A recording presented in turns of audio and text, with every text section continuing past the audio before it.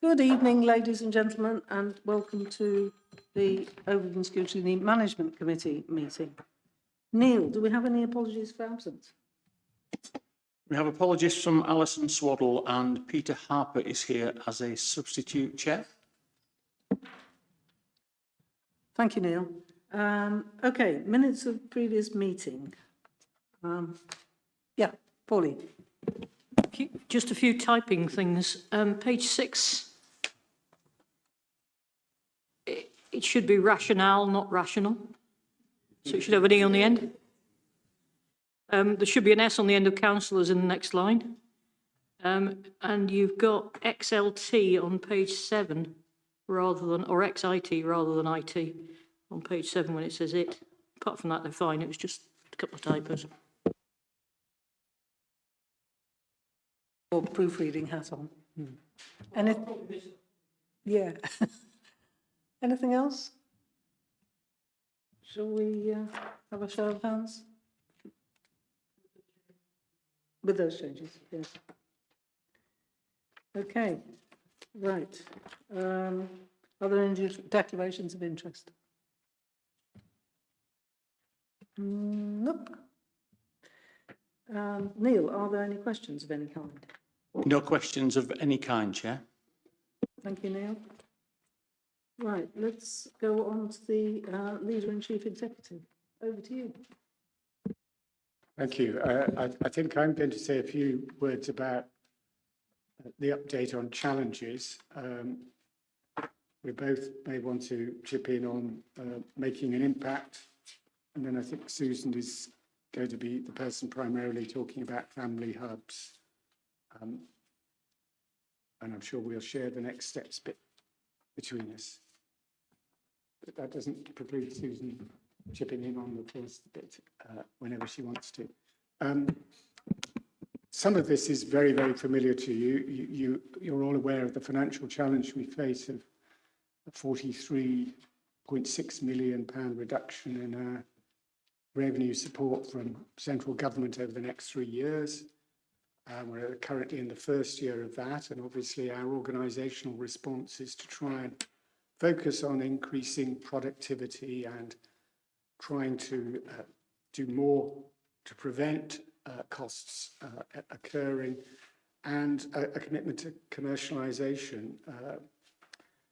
And all of these, I think, we see as ways of helping us maintain financial stability in a really difficult period. We also, of course, continue to face, despite the reduction in the revenue funding, we continue to face a real increase in demand for our services.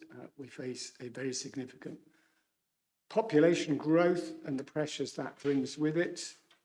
Everyone tells me, well, more population means more houses, means more council tax, but they forget the other side of the equation, which is more demand for services.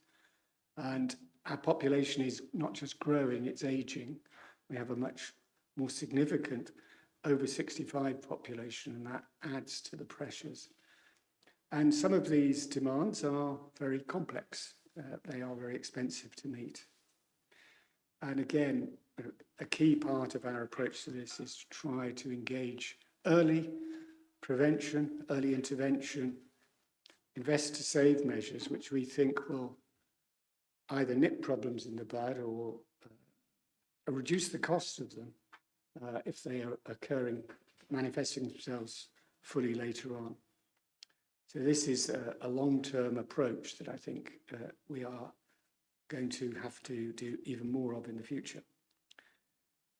We're also aware that the calculation of what we should have as a council in terms of central government revenue support is based, as it always has been, on an assumption that we, as a relatively wealthy borough, have low levels of deprivation, so therefore we're entitled to less central government support. And it's difficult to argue that we don't have relatively low levels of deprivation compared with many other areas. But what is really striking, and this has emerged with great clarity, thanks to some work that's been done for us by the UCL Institute of Health Equity, which produced the Marmot principles. What is really striking is the attainment gap between youngsters from deprived backgrounds in Wokingham as compared with those who are not from deprived backgrounds is much greater than the attainment gap between deprived youngsters and people who are not conceived as deprived in areas where there are higher levels of deprivation.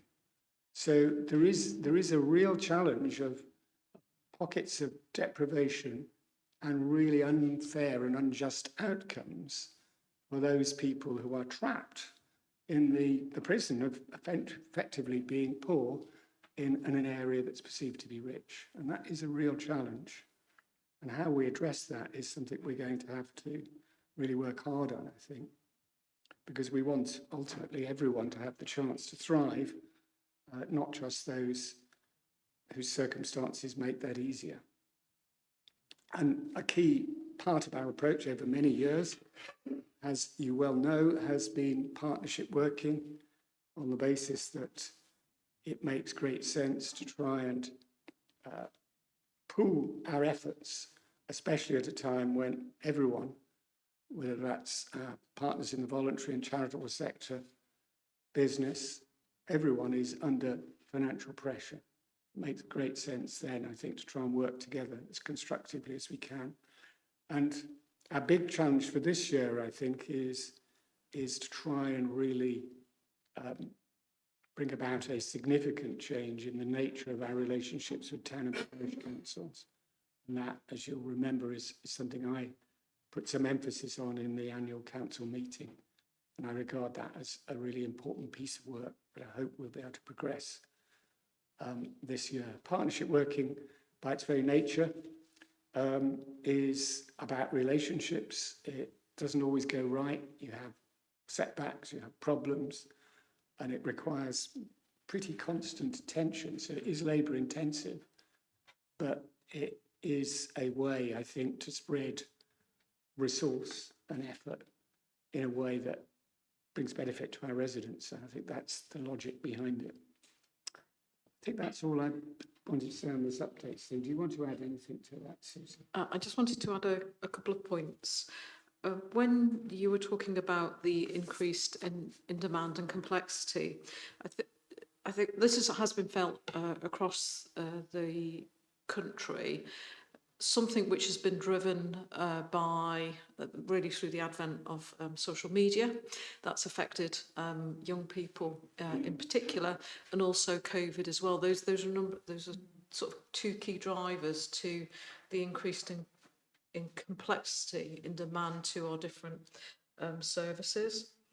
And when Stephen was talking about inequalities and Marmot and the communities and how they experience it in Wokingham, in the borough, I think what's different about Wokingham is that those communities in areas of deprivation feel it much harder than other parts of the country where there's more deprivation, and that's actually been proven through research, so that there's a real sort of uniqueness for those who are experiencing deprivation in our borough because they're living alongside people with wealth.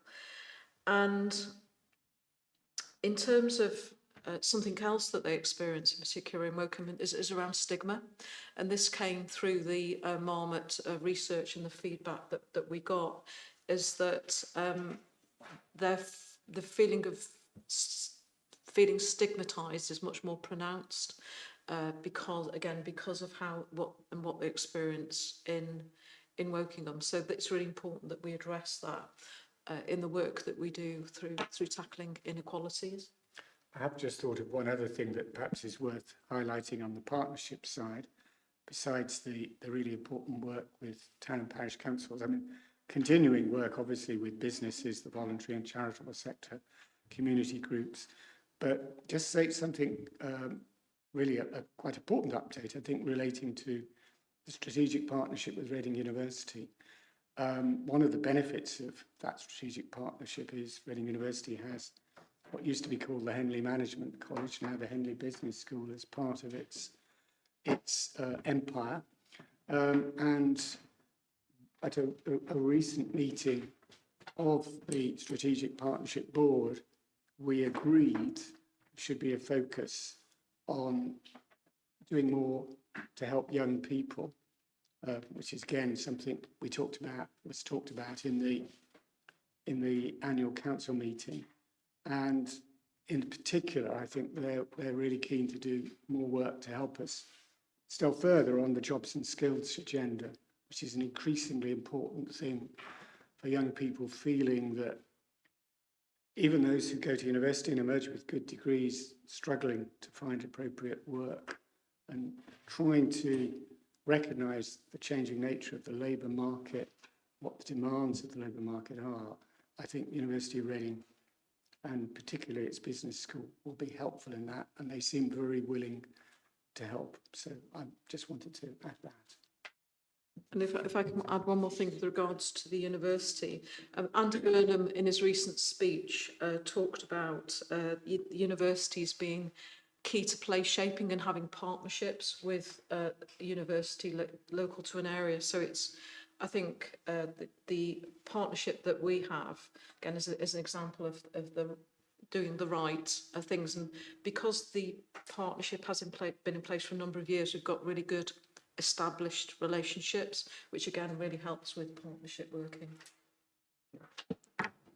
Okay, so the making an impact provides you just really with some examples of things done since January. You can read it for yourself, so I don't think we need to go through it all. But again, just one thing that you're only too familiar with, but does bear a bit of repetition. Despite those financial pressures, despite the increasing demand, we are ranked as the second most productive council in the country in the Empower Index. And that's something I think everyone in the whole organisation can be proud of, elected members and officers, because that is a sign of a council that's doing its very best with what it's got. It's also a sign of a council that has embraced partnership, which is a really important ingredient, I think, in that. There are lots of other things there. I don't particularly want to dwell on them unless anyone wants to bring them up later. Do you want to say anything about any of those? Should we go on then to you're taking the stage with the spotlight on? Yes, so with regards to the family hubs, there's a little bit of information in the report just to give you a bit of background. So the family hubs provide a means to join up planning and delivery of family services at a real local level. And this is for children and young people from 0 to 18 years and up to 25 years for children with SEND. And children and young people with SEND. And I think in terms of the model, which I'm going to talk about, it was initially launched in 2021, where the government had 75 pathfinders, and is now being rolled out nationally. And Wokingham is in the final cohort for the government in terms of, because of we are now receiving the funding from government. And the family hubs are part of a real whole system transformation of children's services. I mean, at the moment, children's are going through a huge amount of reform that includes Best Start in Life, SEND, Families First, and neighbourhood health. And so there is a lot there. There's a lot that's complementary, but the scale and speed of change really does put a challenge on actually ensuring that smooth integration. But it's something absolutely that we are really keen to do. So in terms of what you're looking at on the slide, what you can see is that you've got 3 neighbourhood Best Start family hubs, and there's a main hub site and satellite sites. Hopefully you can see it on the report, or you can see it on the screen. So, for example, in Woodley in the north, you've got Ambleside, which is the main hub, and then you've got other sites coming out from there. So the satellite sites. So as I mentioned, these particular hubs complement Families First and the SEND reforms as well. And they're actually key to delivering on the Marmot principles that Stephen talked about a short while ago. And it's all about supporting families earlier on a local level and prevention. And in terms of having the hubs and the spokes from the hubs, if you like, it's about ensuring that we've got face-to-face on a local level with families. There's also digital there, if that's what families actually want. And I think we're redesigning our digital as well at the same time. So I think that's what I was going to say on that particular slide. So if we go on to the next slide. So I think really what this slide is all about is about talking about the complexity within which we're working in right now. So on the left-hand side of the slide, you can see the best start in life, which is what I was talking about. And then we've got the Families First programme in the middle. And then to the right are the SEND reforms. And the SEND reforms are extensive in terms of mainstreaming our response to SEND. And for example, that's where councils need to have experts in hand in place in schools for mainstream support for children and young people. And that's, for example, speech and language therapists in September. But so that's just to give you a bit of an idea as to the breadth of change. But it's really important that we're aligned and that we do respond appropriately and to what children and young people and families actually need at the right time. And did you want to talk about the next slide in terms of... Only really to just emphasise that it again illustrates the central importance of prevention and early intervention, not only as a way of improving the outcomes for children and young people and their families, but also in helping reduce costs that will come down the line if we don't intervene early. Because these interventions can be transformative of people's lives, but they can also be very much of a kind of way of easing pressures on our council budgets later on. So this kind of work that we're talking about in the context of these family hubs is representative of the kind of thing we're trying to do across the piece. That's right. If we can move on to the next slide, please. So this slide talks about really the work that needs to be done over the next 6 months. Some of that is about governance, as it says here. Some of that is transferring teams across into the new structures. And it says rollout of PVI. PVI stands for private, voluntary and independent. Those are early years services, for example, childminders. So what that is about that we are working with schools and working with early years on a really hyper-local level. And that's to ensure that there is the right level of support into schools. And as it says here, complete rebranding of children's centres, launching the integrated front door, and then the outreach strategy targeting, and that's underserved families. So that's what's making this point that's being made there. So disadvantaged families, that's really important, such as Gypsy and Roma traveller families. So that's something that will be focused on over the next 6 months, as well as parent care representation and the governance at every hub site, which of course is really crucial. So on the next steps, essentially, however much effort we put into partnership, however much effort we put into the commercialisation agenda, looking at new ways of generating income, we are going to be under pressure for savings. When you face such a significant loss of your revenue support from central government, that is inevitable.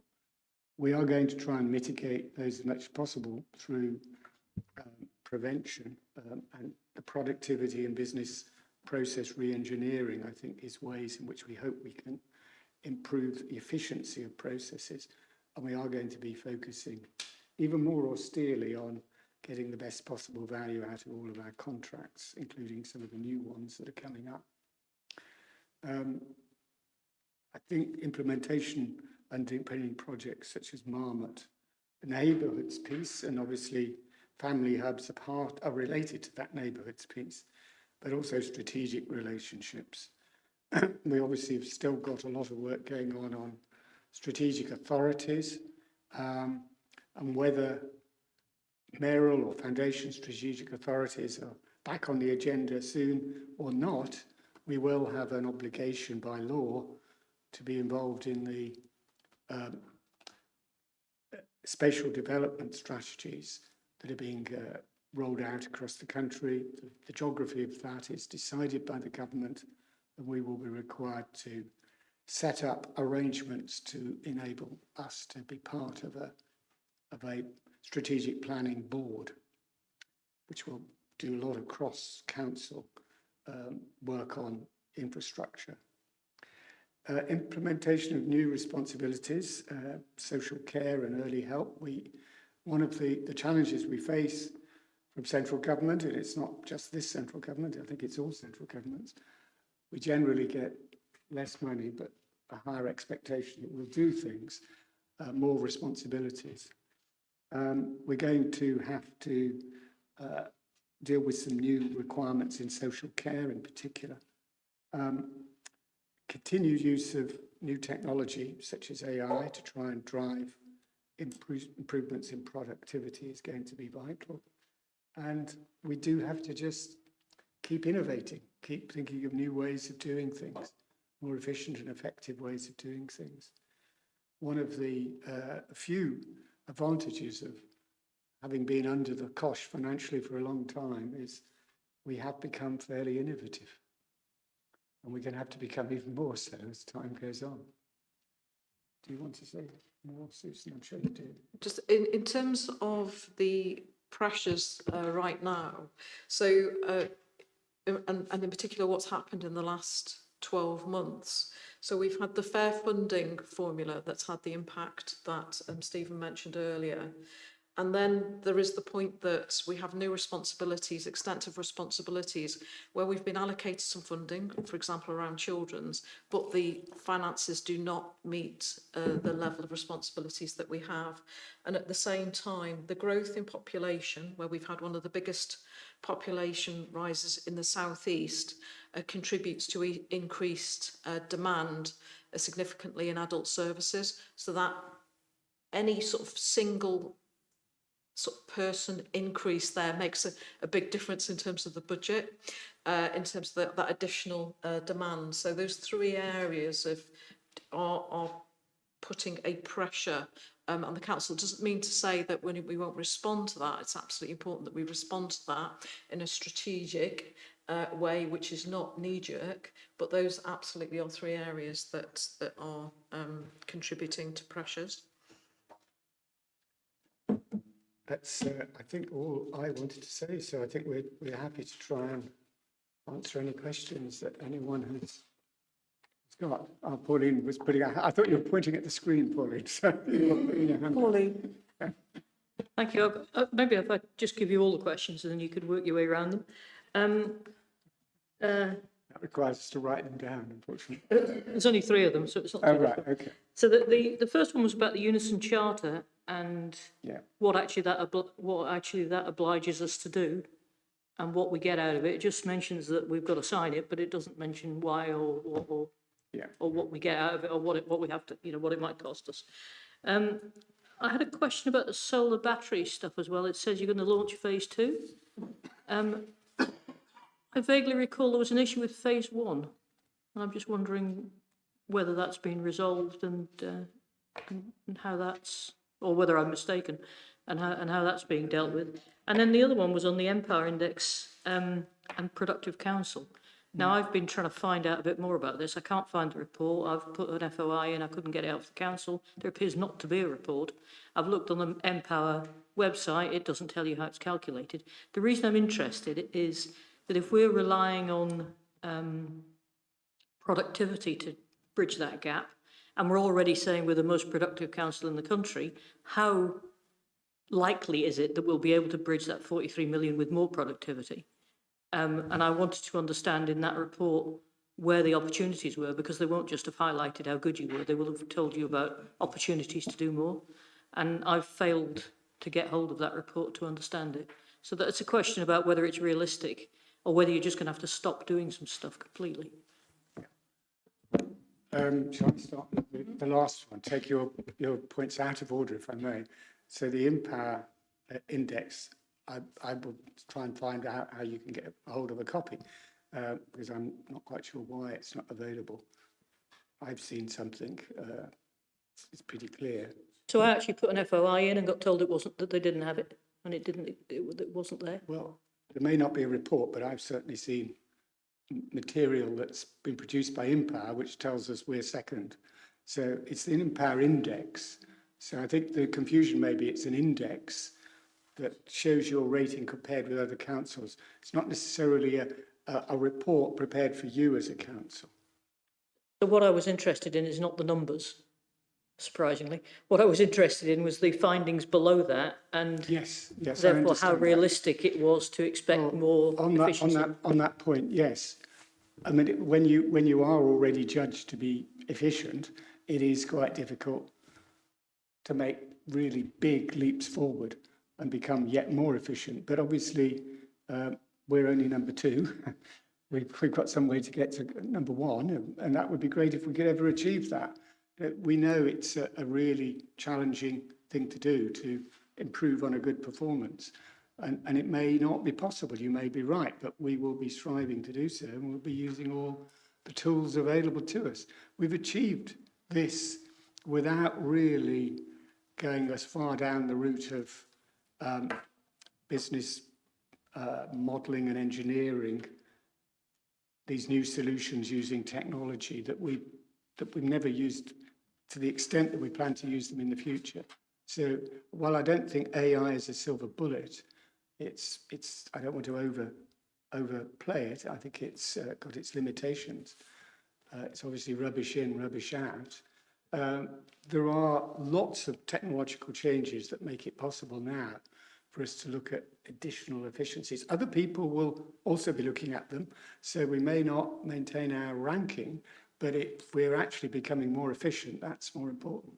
Yeah, so I'm not interested in our ranking. I don't care about that. What I'm interested in is how efficient we are and how much more money we can save. And to that, I don't need a ranking. I need to understand what's behind it and how they calculated it, and where the weaknesses are. So that's I am what I'm quite after. interested in the ranking, I must confess, because Yeah, I'm sure you are, I but quite like the fact that I'm sure the we're doing- taxpayers are more interested in how much money it costs to run the council and how good it is. Actually, the efficiency is related to the amount of money we have and what we're able to do. It's outcomes achieved per pound spent. So there is a connection there that is very clear in the index, Empower Index. The solar batteries, I can't answer that. I don't know whether anyone else here can. So we'll have to get... Is this household? Pauline, are you referring to the household solar batteries? Well, I got one and it's fine. But, I mean, I didn't know there was a problem.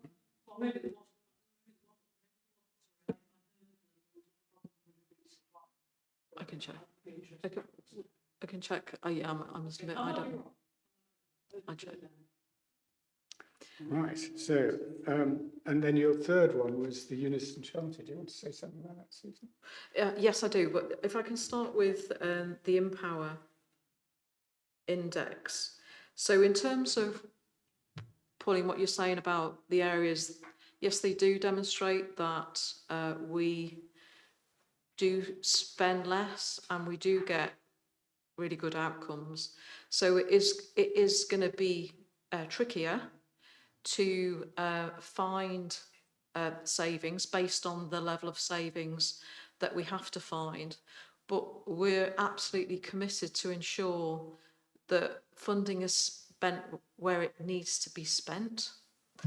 And at the same time, we can find efficiencies through the likes of business process re-engineering, really looking at our contracts in as many different ways as we can, for example. So it certainly is a challenge. And on the anti-racism charter, we're working on the implementation of it now. Some of that is around visibility and messaging. It's about actually encouraging our staff from minority ethnic communities to actually go on courses that will be the right courses for what they need. It's just ensuring that that everybody has the growth that they need.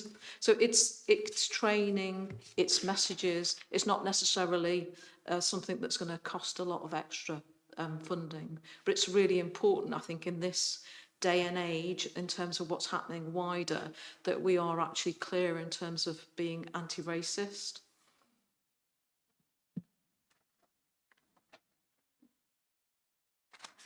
So do we somewhere have a definition of what we're actually going to be doing that's different?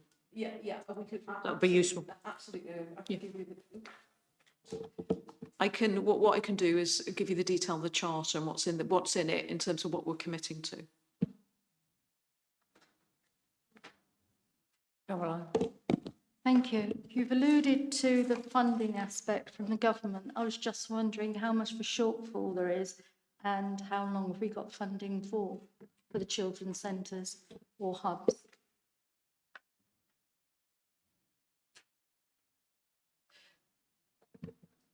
The bottom line with the hubs is we're going to deliver what's needed, but it gives us a pressure, in-year pressure.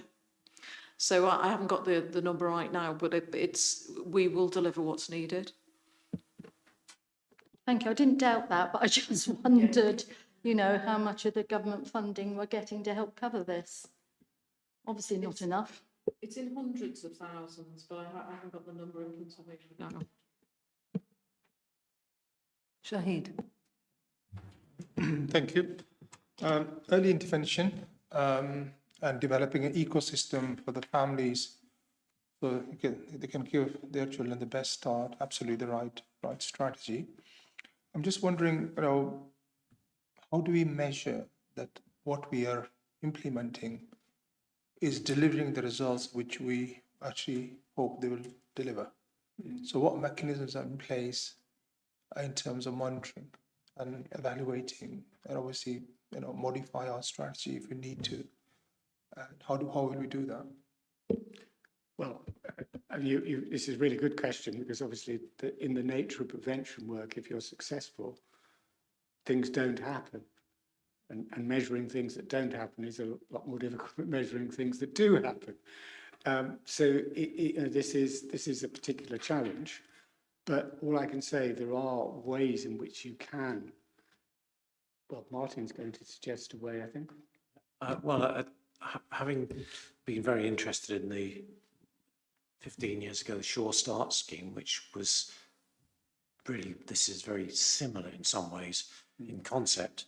There is some good research on the outcomes of those children who, the group that went through, and of course there were groups immediately before, it didn't last very long, and we had groups afterwards, so they're able to compare the outcomes. And the outcomes, I can't remember the exact numbers, but they were staggeringly positive. But it is a long-term thing, Shade. You won't really see the results ultimately until these children are 18, 20 years old. But we have got the evidence to say that it works as a system. If it's run properly, it will deliver much better results. Are they the best you could possibly achieve? Probably not. But that's the way of the world, isn't it? We mustn't throw away the good, trying to achieve a gold-plated standard. And I think that evidence is so strong and compelling that this system works. It is preventative. you start seeing growing measures. My wife's in education. She would be picking up problems at age 11 in secondary that should have been solved in age 5. And it wasn't happening because families weren't supported in a coherent manner. And age 5 problems could have been sorted at 2 or 3 years ahead in age 1 and 2. It is a cumulative effect. It's not very big. It's like, you know, the dripping tap. If you fix the dripping tap, you'll save yourself thousands of gallons of water a year, but each individual drip doesn't look very big, but it has a cumulative effect. I'll see if I can find out for you what the report was on this, that cohort that went through. It's about 2 or 3 year deep cohort, because that's how long they lasted. But the results were just simply staggering. Can I just come back on that? I mean, I fully recognize that this is not a short term, it's a long term. And I personally know from experience as well, by leading education charity across Berkshire for the last 20 years, where we worked with children from sort of 6 year on all the way to 18 plus, where thousands of children have benefited from that. So personally, I've got experience of really detailed level. But my question was, obviously you don't want to wait for 10 years to see whether it's working or not. There has to be some interim measures in place. And what are those interim measures in place, which will know that we are in the right trajectory, which I'm sure I fully, but nevertheless, whether you're working in business environment or anywhere else, right? You need to have the regular checkups to say we are in the right trajectory. Now, can we do something different? Okay, let's modify our approach. So make sure we actually provide the best support. So that's where I was coming from.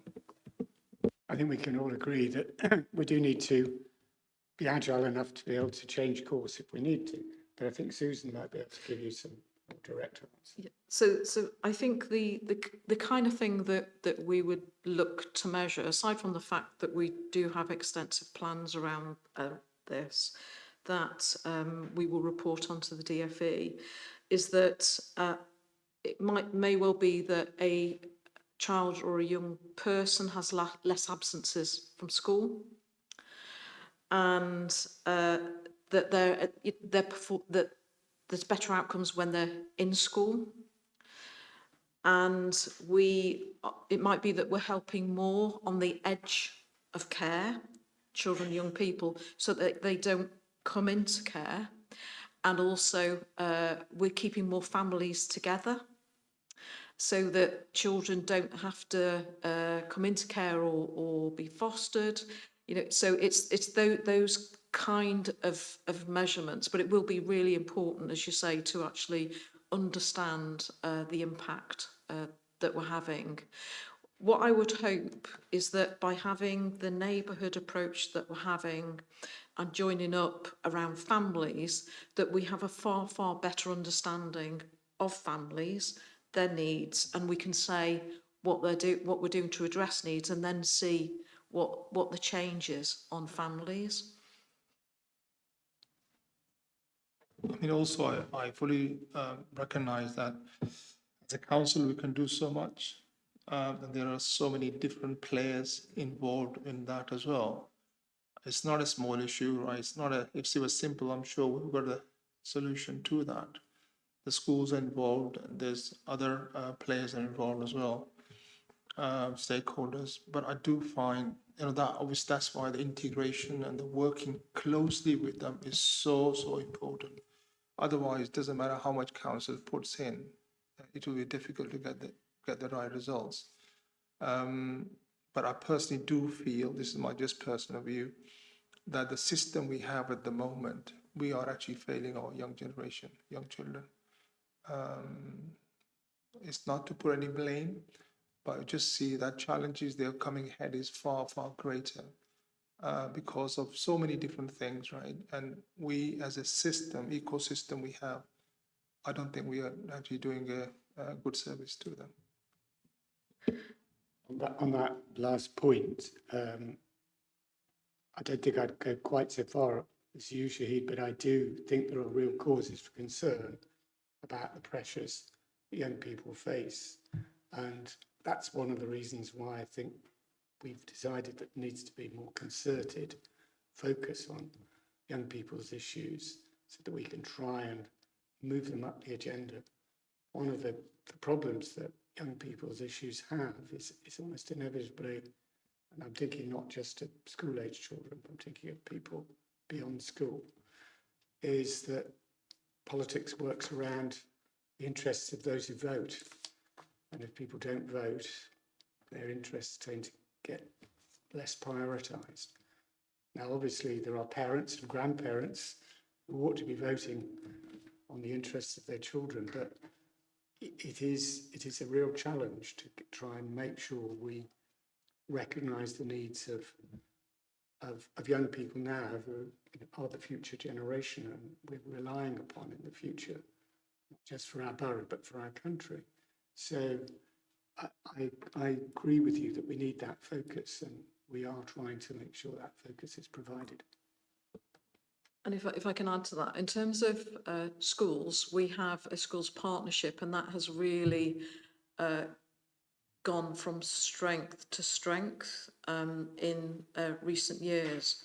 At the same time, Ofsted are introducing in their framework a new theme around inclusion. So that will apply to academies, for example. So that will mean that schools will have to have, inclusion will be one aspect of how they will be judged. So I think that's an important aspect in terms of as we move forward. And with the SEND reforms, there's a lot of partnership work that's taking place. We've put in our SEND reform plan. Again, I've worked closely with the DFE and DHSE. And as part of that, working closely with health has been really important, and that's really driven sort of closer working with health. And more of that will be needed in the future as well. And I mentioned earlier on about the fact that we're working with the likes of childminders in geographical areas, because it's really important that we work really, really local, so that things that are lined up locally as well.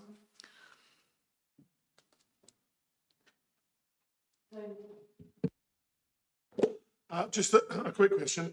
Are you happy with the language in the Unison Anti-Racism Charter in the light of the scrutiny that has been put under due to the Henry Novak matter? I'm not aware of anything in there that causes a problem, but if you think there is, I'd be happy for you to point that out to me. I've just understand that all those sort of documents are now being actively reviewed by central government in terms of the language being used to make sure that they're getting the tone right and the language of those right. Yeah, I think if that's happening, and obviously we'll respond accordingly. But I think the important thing to pick up from what Susan said earlier is that this is a statement of intent that we are opposed to racism in all its forms, which I would hope would be true of every single councillor and every single council employee.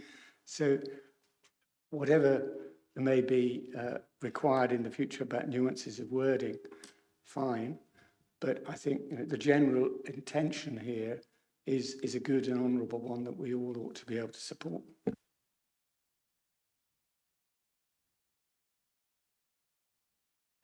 I've got a question on SEND and SEND reforms. All the SEND units that are coming to planning, are they part of the, our response to the SEND reform? And is there anything else you'd like to say about it? Well, yeah, I think we've actually been embarked for the last few years on an ambitious programme trying to increase in-borough SEND provision. So what you're seeing coming through to planning committee seeking approval of SEND units in mainstream schools is going with the grain of what government aims for in their new SEND reforms. They want greater integration wherever that's possible, while still recognising, as we do, there is a need for special schools. But they're placing a lot of emphasis, Andrew knows far more about this than I do, but they're placing a lot of emphasis on integration where possible in mainstream schools. Now, that isn't always possible, we know that, but we have been working in that direction for quite some time. So I feel that we're already in the spirit of what the government's trying to do. And I think the things you're probably seeing coming to planning have been in gestation for some while and are not directly a result of the SEND reforms, although there will be more coming forward that are the results of the SEND reforms. Good, thank you. Any more comments on the paper? Oh, great, thank you. Thank you very much, both of you.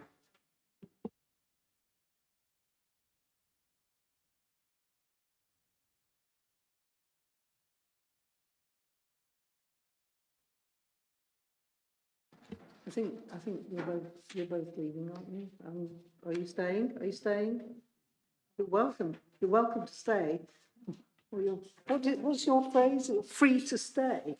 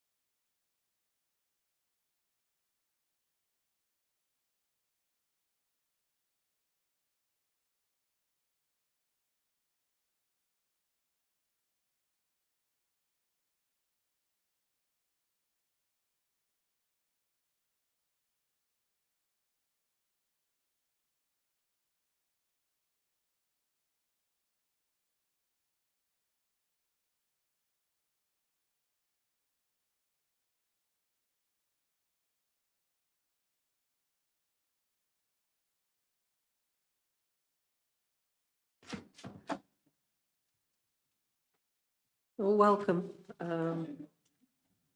Go on to the item on Barkham Solar Farm. Are you ready to kick off, Sarah? Oh, sorry, Lou's going to introduce. Oh, Sorry, fantastic, yeah, Lou. Thank you. That's why I'm here this evening. So it's okay, it's fine. I'm not going to say very much. Just really to say that thank you very much to Sarah and the team for pulling this report together. So I know people have been kind of wondering what's been happening with the various negotiations since the project was paused earlier this year. So this report, I think, nicely lays out the negotiation and discussions that have been had and really kind of revisits a business case in light of the output of those discussions. I think, so I think it speaks for itself really. I think the conclusion, if I can jump to it, is that we believe it's still got a very solid business case behind it. And if I can say with my climate emergency hat on, I think it's really important for us to be thinking about the contribution this makes to our climate emergency action plan as well. And just in general, as we are now suffering our way through the third heat wave of the year, how important it is that we try and progress these initiatives as much as we can. So, but I'll hand over to you, Sarah, if that's okay. Thank you, Lou. So I'm pleased to be able to bring this item in front of the committee because I think this update represents a really positive and constructive step forward in the delivery of the project, having had quite a difficult start to 2026. I think the main thing to say is the council has always and still does remain committed to the delivery of Barkham Solar Farm. We haven't wavered from that, but it's just trying to work our way through how we deliver this project. Having said all of that, obviously the work on the project, specifically the award of the construction contract to Equans, was paused in January 2026 due to the outcomes of the connection reforms work undertaken at the end of 2025. And just to remind committee, within those reforms, NESO's assessment was that the project's generation capacity was not required by the national electricity system until between 2031 and 2035. And as a consequence, they moved our firm connection date which would allow unrestricted export of the electricity, meant that they couldn't guarantee it before that time. And what this did was represented a minimum of a 3-year delay and a maximum of a 7-year delay to the solar farm being able to export 100% of its energy from a date of previously Q1 2028. And really what happened with the effect of those reforms meant that it removed certainty, both over connection timings and our capacity. And given the scale of the proposed investment and the absence of any reliable information about future curtailment levels and firm connection arrangements, it wasn't considered appropriate back in January 2026 for us to enter into a multi-million-pound construction contract without that certainty. So we did pause the project while discussions were undertaken with SSEN, National Grid and NESO to try and get further understanding of why the delay had been brought and any greater certainty around future connection opportunities. And updates went to Climate Emergency Overview and Scrutiny in January and then in March. And the draft report to executive that ONS are asked to look at tonight really sets out the progress that we've made since January to identify and agree a technical position and see if we can secure an early firm connection date. So where we have got to is, in principle, we have agreement now from all of the parties that we can have a non-firm connection date for the solar farm of September 2027. This means that the solar farm can be energised, switched on in layman's language, with low levels of curtailment in the early years. And we are expecting the contract variation from SSCN imminently, which will secure that and make that a binding date on all parties. Discussions with SSEN and National Grid and NESO regarding the opportunity for an earlier firm connection, so a full connection date, have progressed. They have been round the table and they have been positive in their nature, and they have verbally indicated to us that, subject to some wider network upgrades which they have programmed in, a firm connection date possibly from 2029 may be feasible. However, whilst these discussions and assurances are encouraging, and I have personally been in those meetings, having those conversations and seeing the whites of their eyes, there is currently no written formal contractual commitment from those parties to an earlier firm connection date. The position can only be formalised through a connection variation offer issued through the connection reforms process, and we are one of many projects that are awaiting that outcome. So they have said that we cannot have any written certainty in advance of everybody else receiving their connection dates. The timescales they have given us for us receiving that is by the latest by November 2026, so later this year, although I will say those dates have moved and have been a moving feast, so that's the latest date they've given us, but whether that's actually what gets hit, I don't know. So executive are being updated on progress at this stage, given the value of the contract, the strategic nature of the project and the level of risk involved in progressing the project at this stage. And the aim of this update is to provide full transparency and justification for why the Deputy Chief Executive, in consultation with the lead member, now feels in a position to implement their delegation that they have, and why they have enough level of confidence to be able to progress the project, including the award of the main construction contract. So to ensure this is a really transparent decision, the draft report to executive is a fully Part 1 paper. There is no Part 2 information submitted in that paper. It should be noted that executive are not being asked to reconsider the business case in this report. The business case, including full commercial information under Part 2, was considered by Climate Emergency Overview and Scrutiny in November 2025. We have updated some of the financial modelling since then to reflect the latest information relating to curtailment, but the updated modelling indicates that the scheme continues to generate an average net income in excess of £1 million per annum, and this remains substantially over the delegation and remains aligned to the position presented to ONS Committee in November 2025. So we have not republished that information as it is the same as before. So the key issue at this stage, and the issue for executive to consider, and that's set out in the report, is whether it's not one of scheme viability, but it's the our risk appetite and the balance between accepting a known risk around connection or accepting the financial and programme consequences of not awarding the construction contract now. So the principal consideration is, should the council wait for full contractual connection certainty from NESO, which could be November this year, or should we enter into the construction contract that we have the offer on the table now and that we need to respond to by August? The assessment of these risks, their likelihood and their impact are set out in the draft report, and it is the view of the Deputy Chief Exec and the project team that, having considered these risks, the project should progress, and this is the basis of the update to Executive. So the committee are therefore asked to consider the draft Executive report, noting the current grid connection position, delivery programme risks and the next steps, and make any recommendations as appropriate to Executive to inform their decision making. Thank you, Sarah. Peter, did she, oh, we didn't see, Pauline, sorry. Thank you, Peter. You probably know more about this than I do anyway.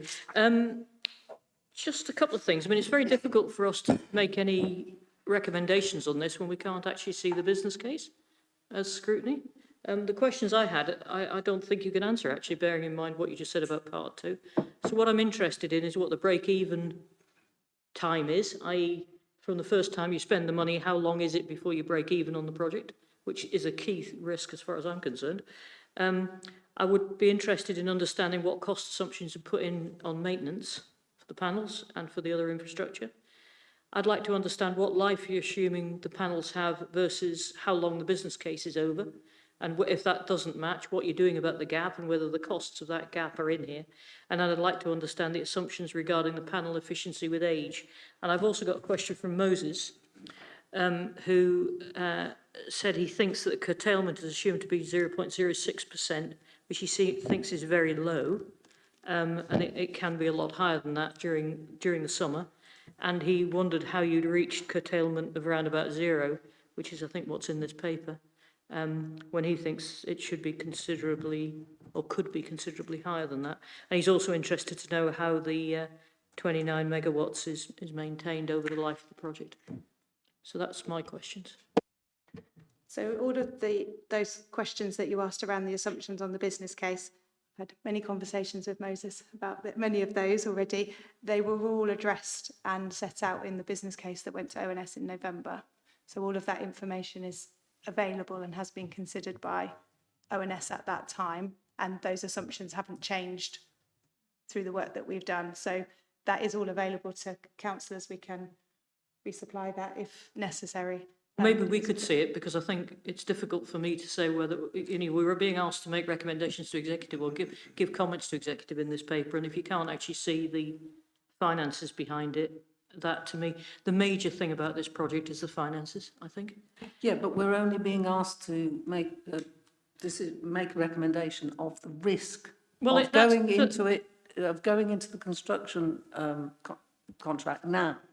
Yeah, but that's what we're talking about. That's fundamentally the risk. But the fundamental risk about this project is finance. That is probably the only risk. That's not the risk we're talking about, though, is it? And can you amplify that? So the risks around finance and the risks around assumptions around export strategy, costs of maintenance, etc., all of those we talked through with ONS in November, and we're all in the business case, and there was a significant level of scrutiny of those assumptions.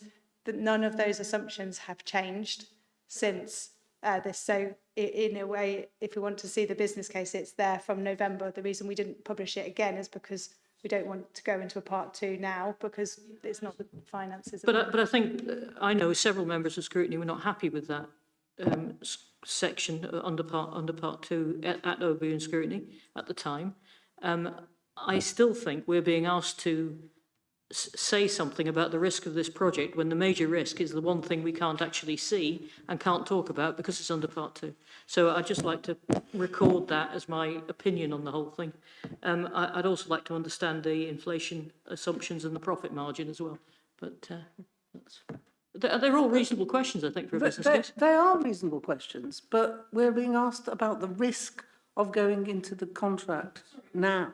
me repeat myself. The risk of going into the contract now is you're going to be buying a solar farm where you don't necessarily understand the finances, or at least I don't. So I can't say whether it's a good idea to go into a contract if I can't understand the finances behind it.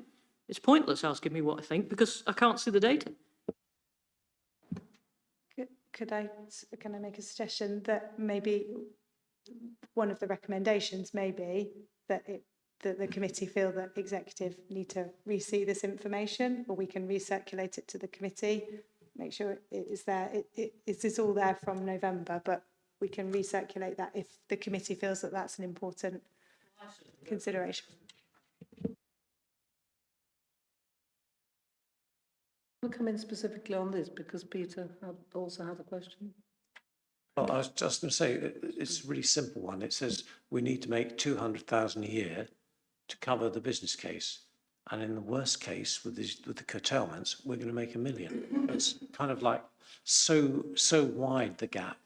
It's, unless there's something dire that we don't know about, like the solar panels explode after 12 months, that it doesn't seem to be an issue. The issue is if we're worried about the risk, if it was like 250 versus 200,000, then we can start to be concerned.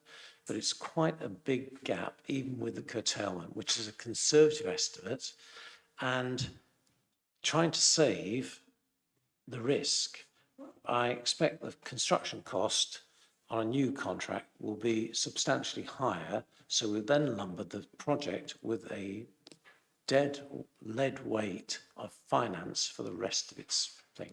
We'll have saved in the short term, and it will cost us a lot in the long term. Sorry to come back yet again, but with the greatest respect, unless I see the figures, I can't assume what the answer is, and I don't know whether 200,000 is right, wrong or indifferent, and I don't know whether the case actually makes sense or not. Now, I understand that the Scrutiny Committee on Climate Change saw those figures, and I'm sure Peter will have something to say about that later, but I'm being asked for an opinion on something when I can't see the full case. As far as I'm concerned, I'm not going to give an opinion on something when I can't see the full case. But Pauline, this is the whole way of not doing jobs 10 times over to get the answer. We had a committee, we had a group. Why have we brought it here at all then? Well, it was in section 2. The work was all done. They've given us the answer we need, which is 200,000 a year. They've given us the answer that we also need, that even with curtailment, we are going to make £1 million a year net. The difference is, well, we have to assume that people who are doing their job further down the chain, and it's been through a committee, are doing their work correctly. There's no point in having scrutiny if we actually don't scrutinise anything because we believe everything that's put in front of us without any evidence. I think We've already scrutinised the business case and it hasn't changed. Sorry, we're I'm not telling you scrutinising it that now. I am not happy with giving an opinion on something where I've got half of the Well, evidence. yes, you but can if you're you not want. happy about something that we're not actually discussing at the moment.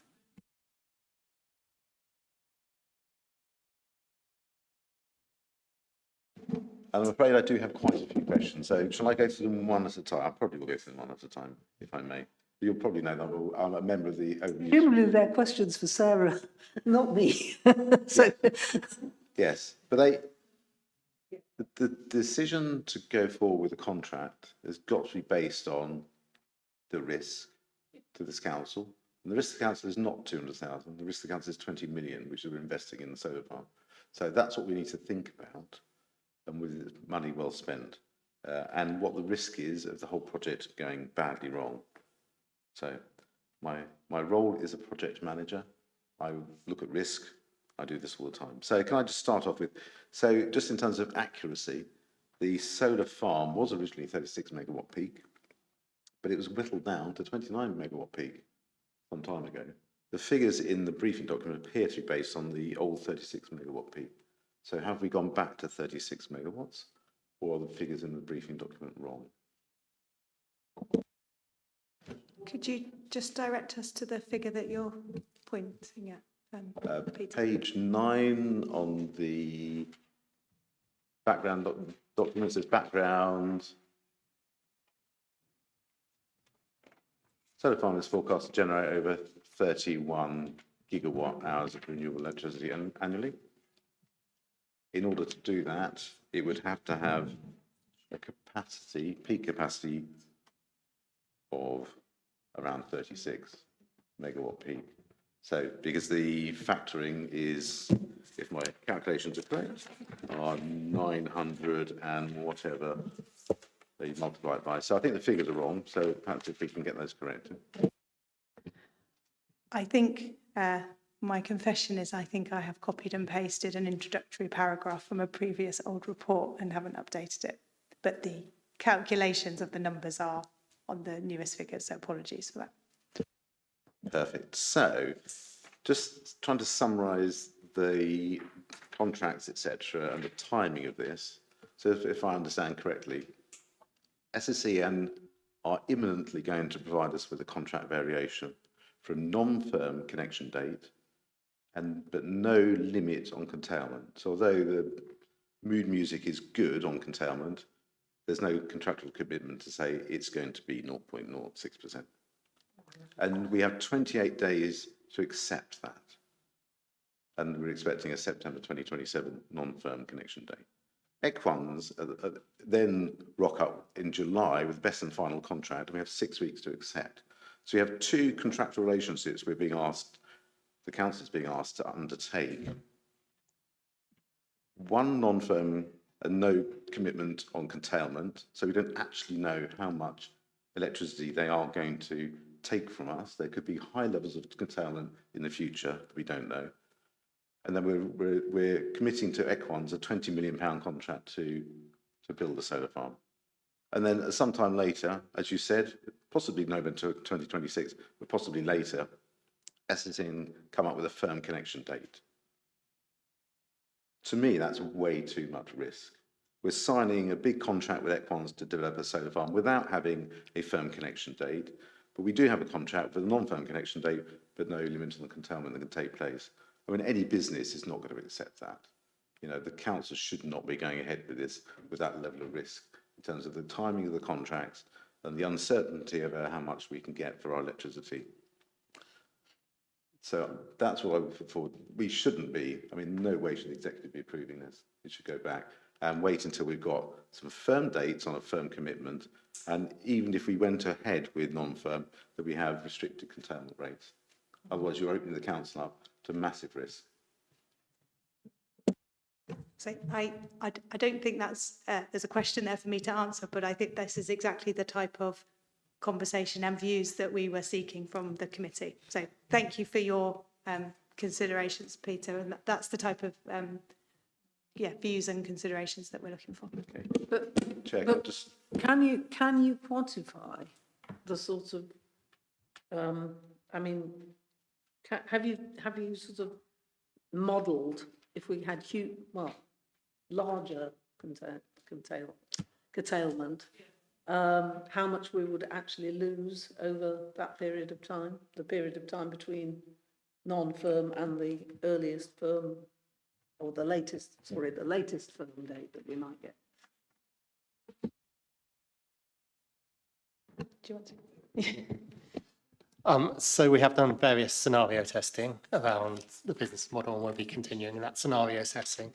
The curtailment report that we received from SSEN is forecast at the moment, but that's forecast on expected levels of solar coming forward within the wider market at the moment, and also demand coming forward. So they've modelled it based on intelligent information that they own, and as a result of that, they've forecast that curtailment in the early years, when there's less solar in the market, so to speak, is relatively low, almost nothing, 0.05, and that's where that figure came from.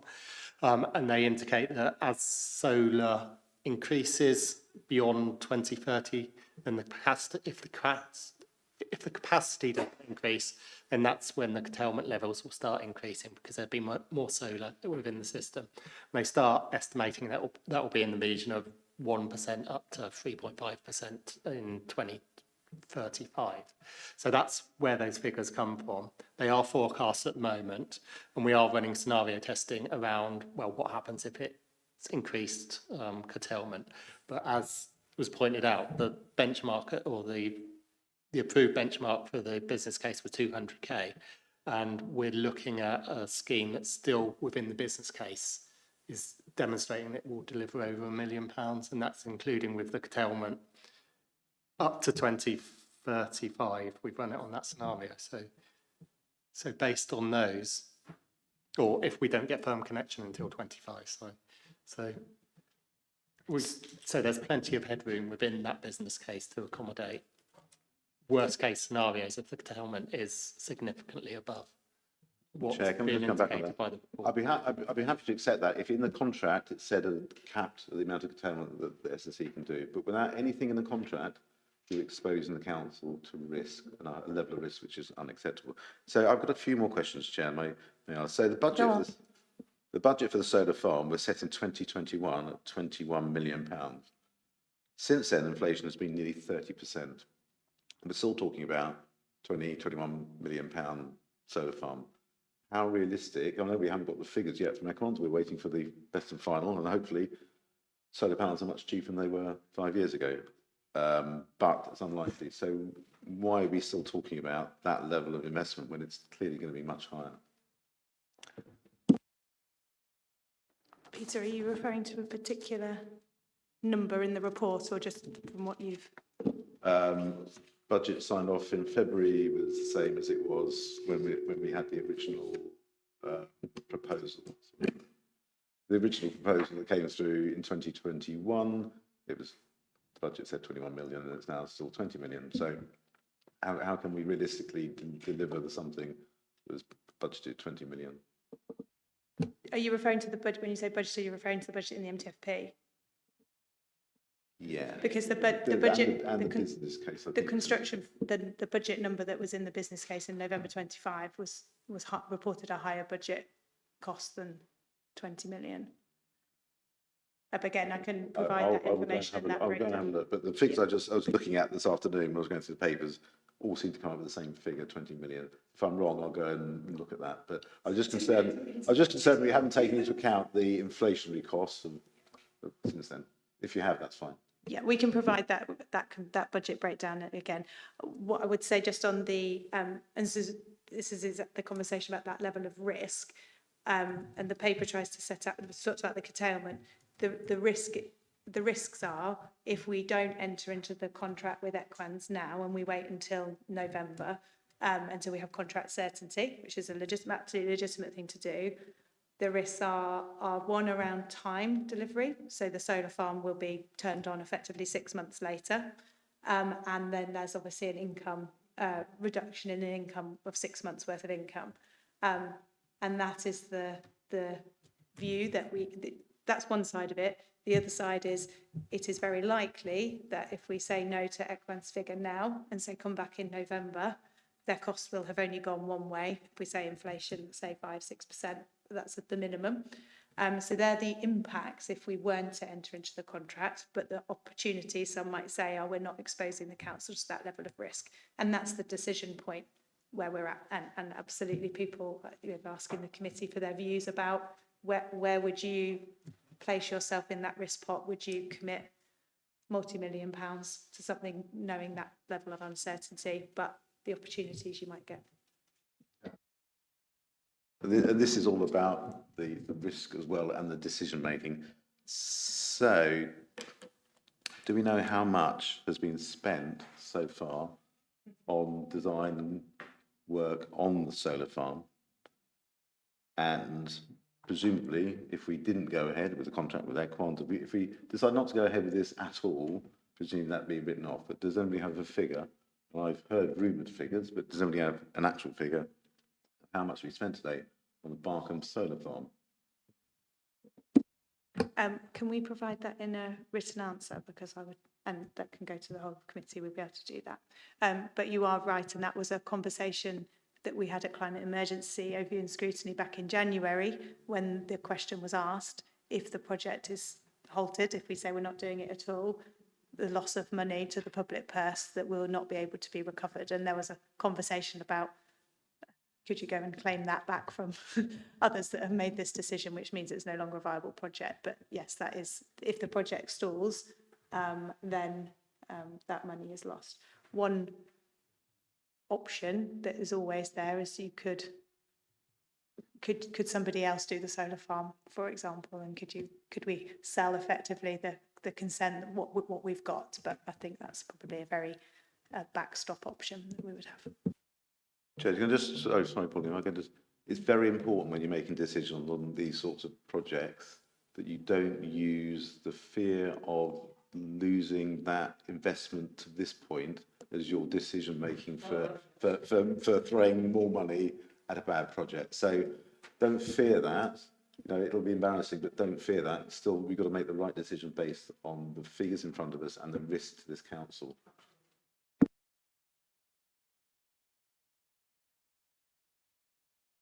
Lou.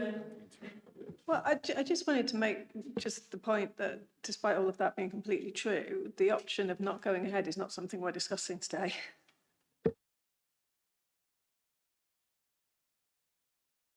Discussing the risk of the cost of the project going up if we don't enter into a contract now. That's basically the fundamental risk, isn't it, Sarah? If you're talking, I think you said, Sarah, it's about likely to be about 6% inflation in the contract costs. If it was,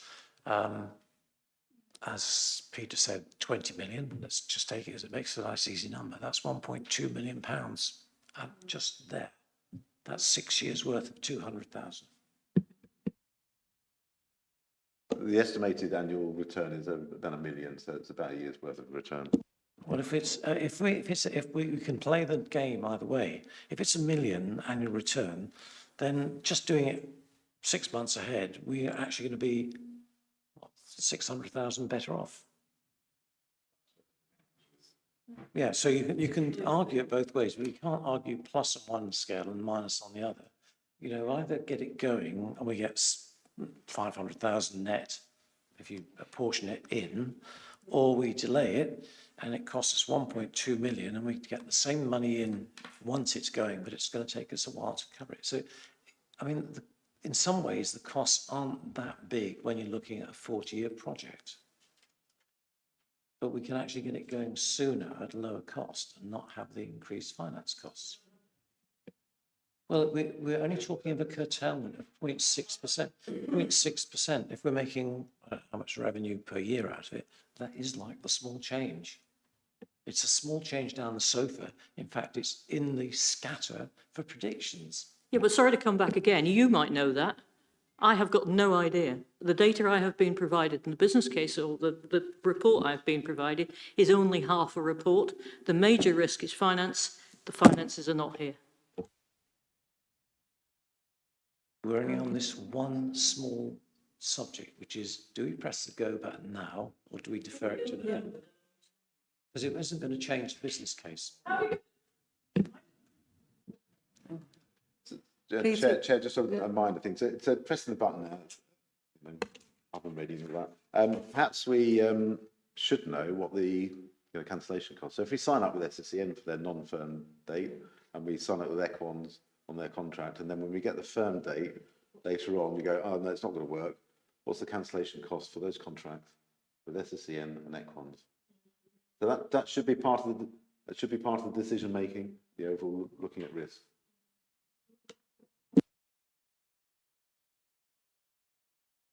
I'd have to come back on the actual contractual arrangements, but for example, it is a 51-week programme with Equans.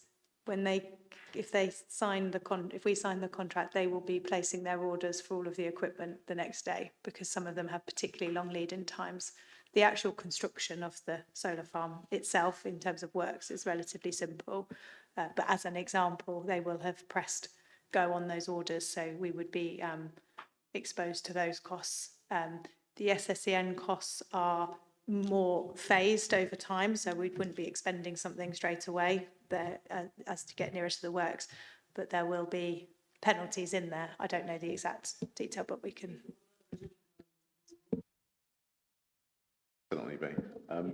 So, I mean, that is an important thing because, you know, the SSEN have mucked us around for the last 5 years in terms of dates, whilst we think they're going to come up with a firm connection date in a reasonable time, they could just as well turn around in November and say, sorry, it's 2045.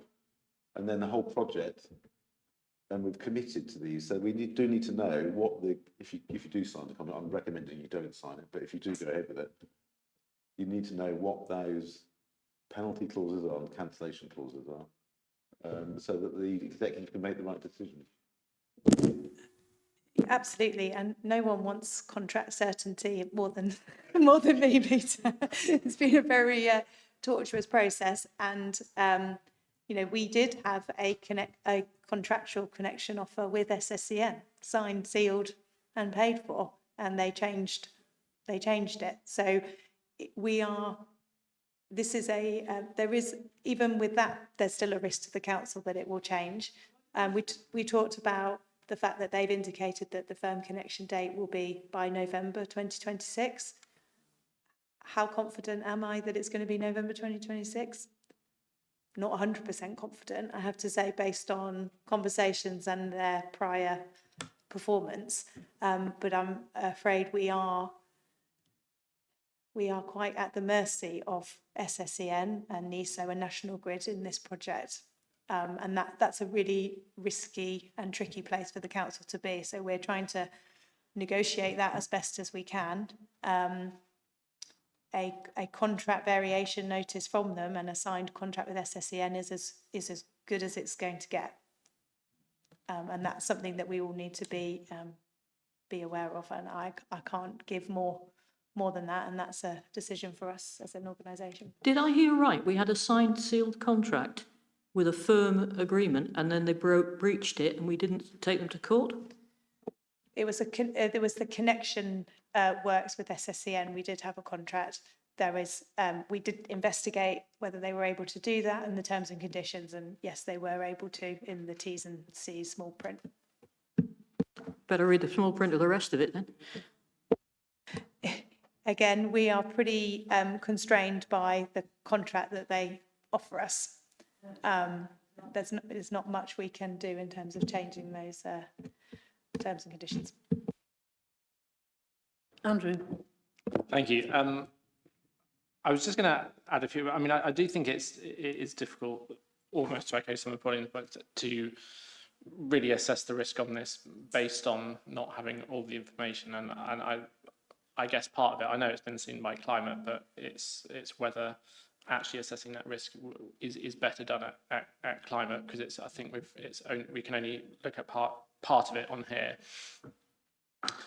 The questions I've got, and this is coming from background of that, not sitting on climate and therefore not have seen the whole thing, is it's partially been addressed, but with the contract going up, do we have any idea about how much that will go up, or is it going to be pure speculation at this stage?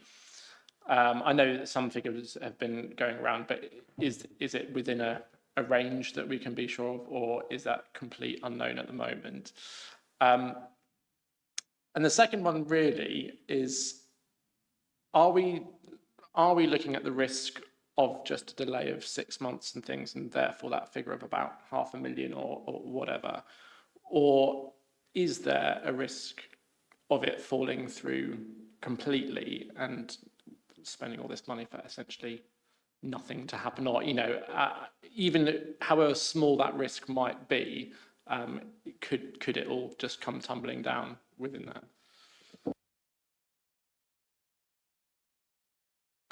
I happen to go flying as a hobby, and I also drive up and down the M40. Looking at the increasing number of solar farms that I see from up, well, not very high these days, and driving up and down there, I think you could look at the commercial providers who are busy providing them and saying they would not be piling into this if they did not believe it was a goer.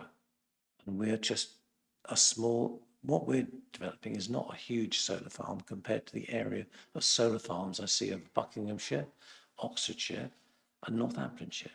It's a growing business. It's a rapidly growing business. I think that the odds that it's going to disappear is about zero or smaller than zero. So that isn't a risk that it's going to suddenly collapse. It's a growing market. Thank you, Andrew. On your first question about how much would the contract go up, I think it's, just wanted to say that actually working with Equans, they have, they are fully committed to this project and they have really embraced the kind of working with us to make sure that the price and the value of the contract is where it needs to be for the project to succeed. So I would just like to acknowledge that.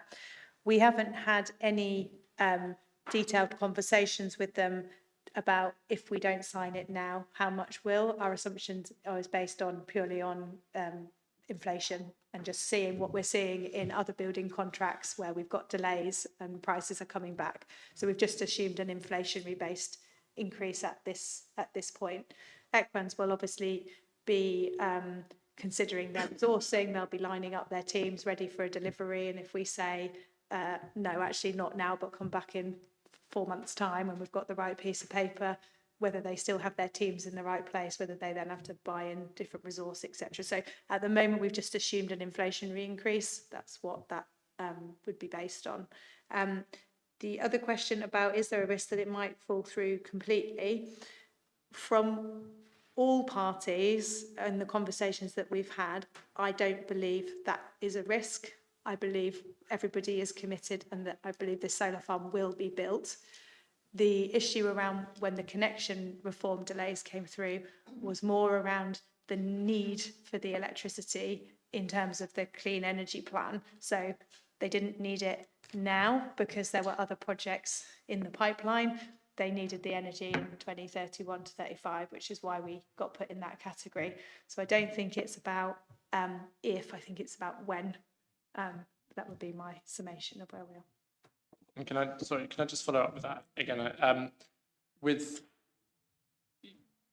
again looking at it in terms of if they come back and say the figure's much higher in terms of inflation, are we still obliged to go with that if we want to continue, or would there be a sense of retendering or anything, or would it not go to that? Yeah, so what we would do with that revised figure is one, put it back into the business case and see what it's doing to that bottom line return to us. Does it still meet the £200,000 threshold? How close does it get us to? An option could be we go out and we retender again. So we don't have to go with Equans. We can say actually the price isn't right. We want to retender the project. Maybe the programme is different and we decide to go out. Obviously, retendering a project of this scale does take quite a period of time. So that's a further delay. But if that gets us the right price and the right contractor, that is something that we can do. And Equans know that. So it's in their interest to be competitive. Yes, they are our preferred contractor, but we are not contractually obliged. We don't have to go with them if the price isn't right. And do you have any idea? I mean, it sounds from what you've said that there is quite a big headroom. Do you have any idea what percentage increase they'd have to increase that for it not to be viable with the 200 grand?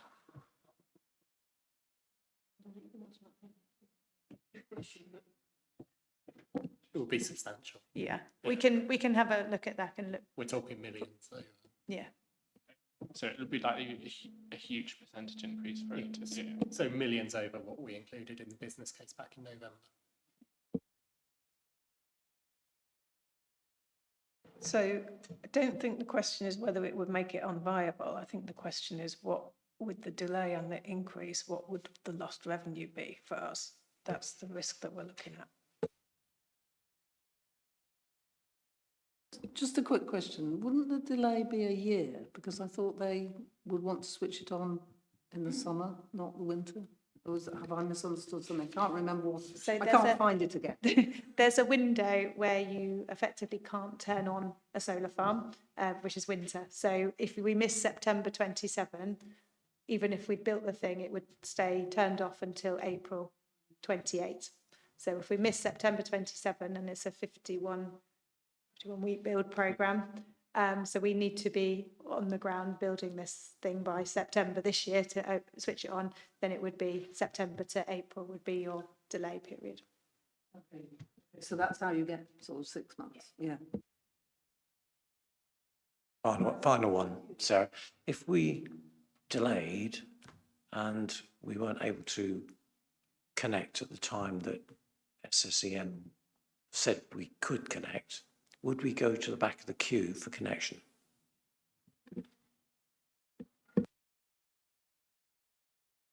Unlikely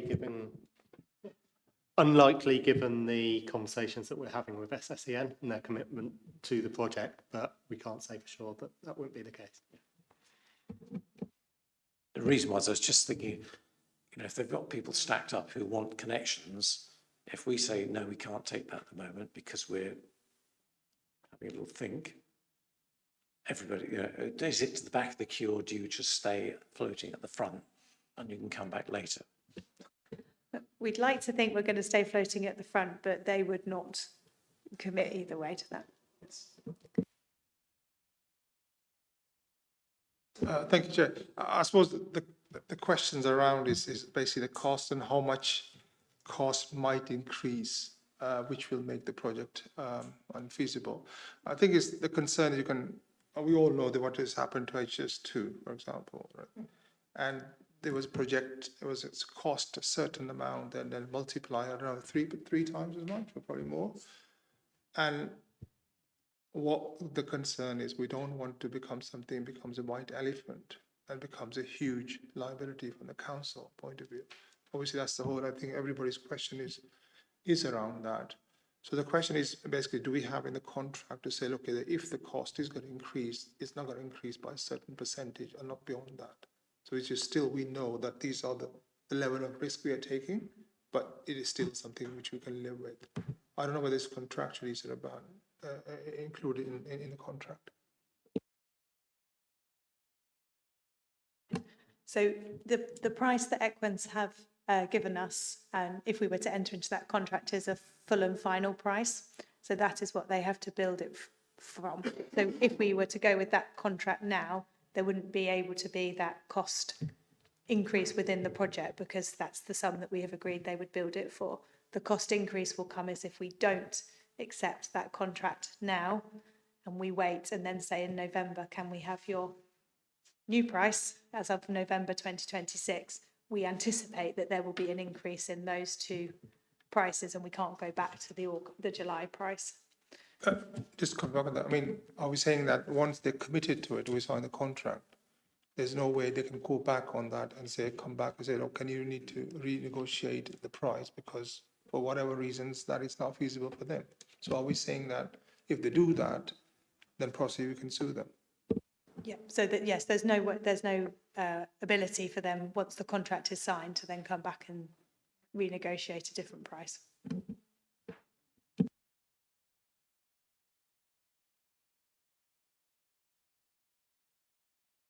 Hang on a minute, I think there's somebody else. There's Dave. Dave first, I'll put you down. Thank you. Have we explored the opportunity of insuring against the risk?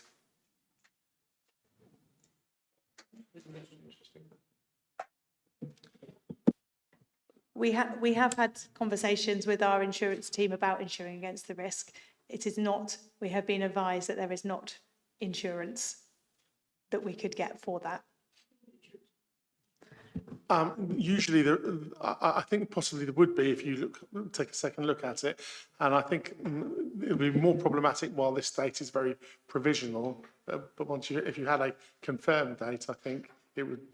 I'm very confident that it would be insurable. Sorry, Dave. Just to confirm, what are you insuring? Insuring against if you take the initial contract with Equant to that your date with is met, and if it isn't, your insurer would pay up.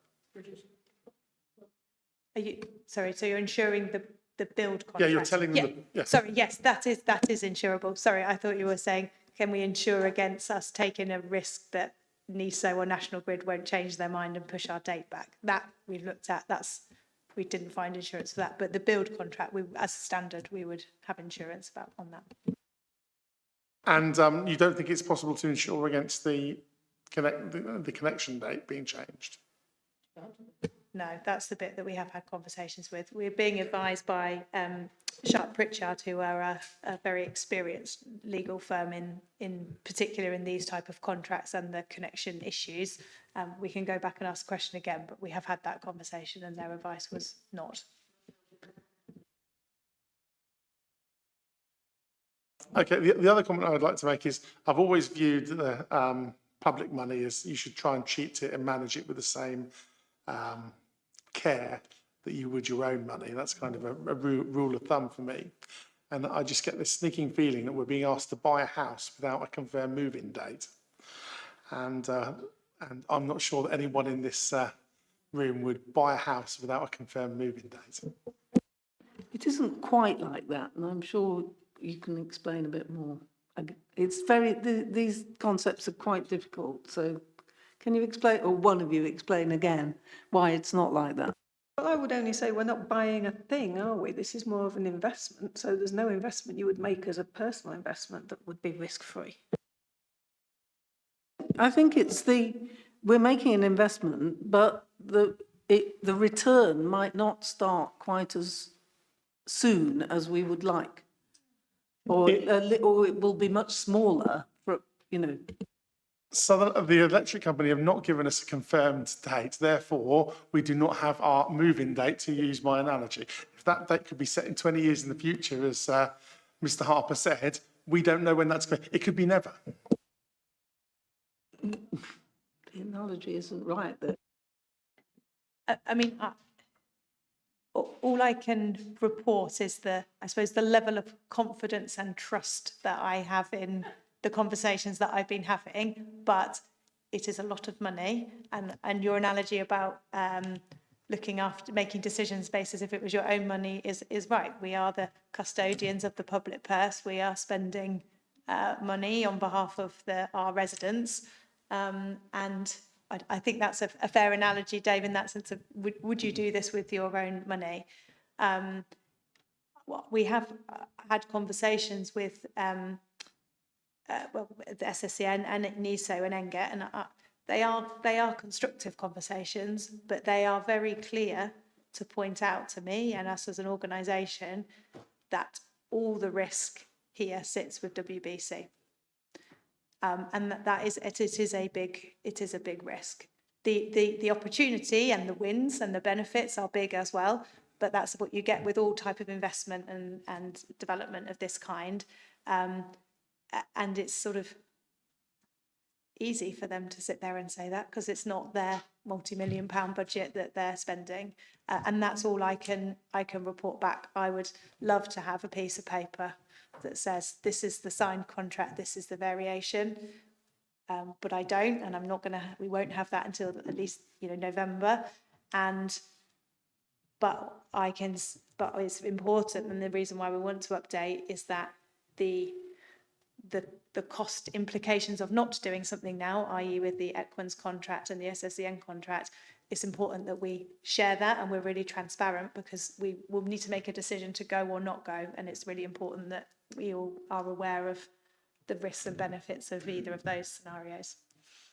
So I don't disagree with what you're saying. It's just people's individual views as to how their risk appetite. I completely agree. What is your view? What do you think we should do?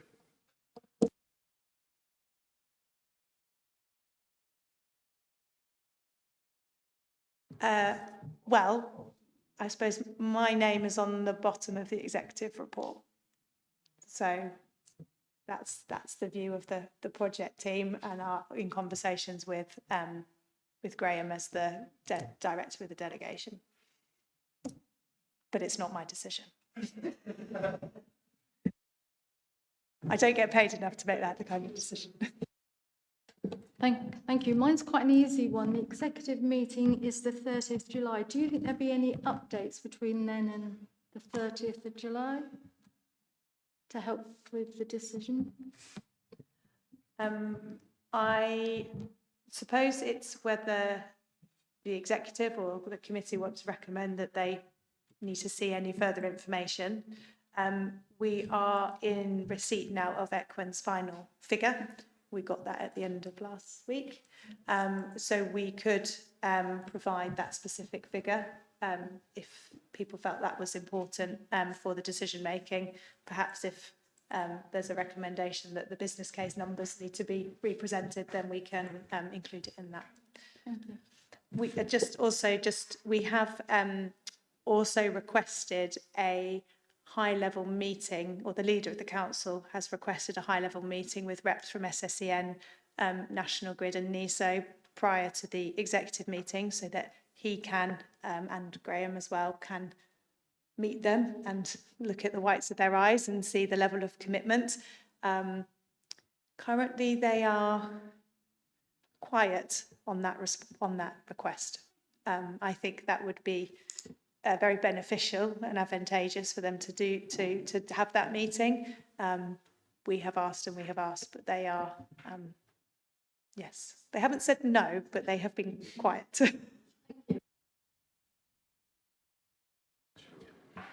Okay. Pauline? The other thing that is missing from here, as far as what we've got in front of us, is an options analysis. So have you done an analysis of how much it would be worth if we just got somebody who develops solar farms as a profession to do the whole thing, run it, and just give us money for the fact we've got a planning permission with a field, or maybe income per year? Is that an options analysis being done? We have considered that as an option because the business case has been showing, even with the different sensitivities, that this is an investment that is giving the council the return.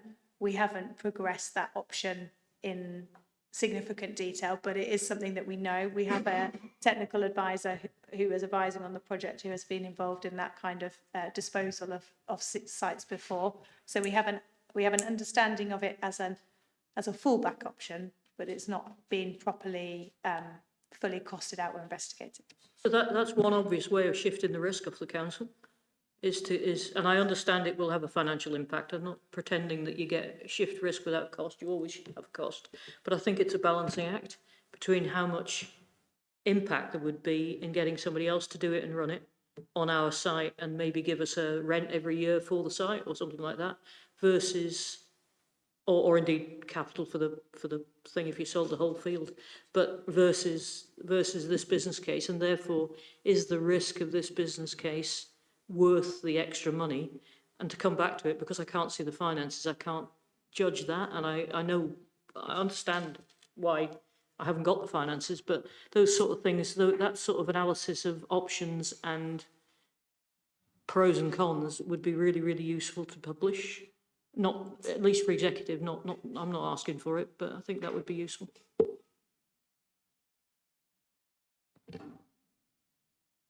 If that's an ask, then we can do that work.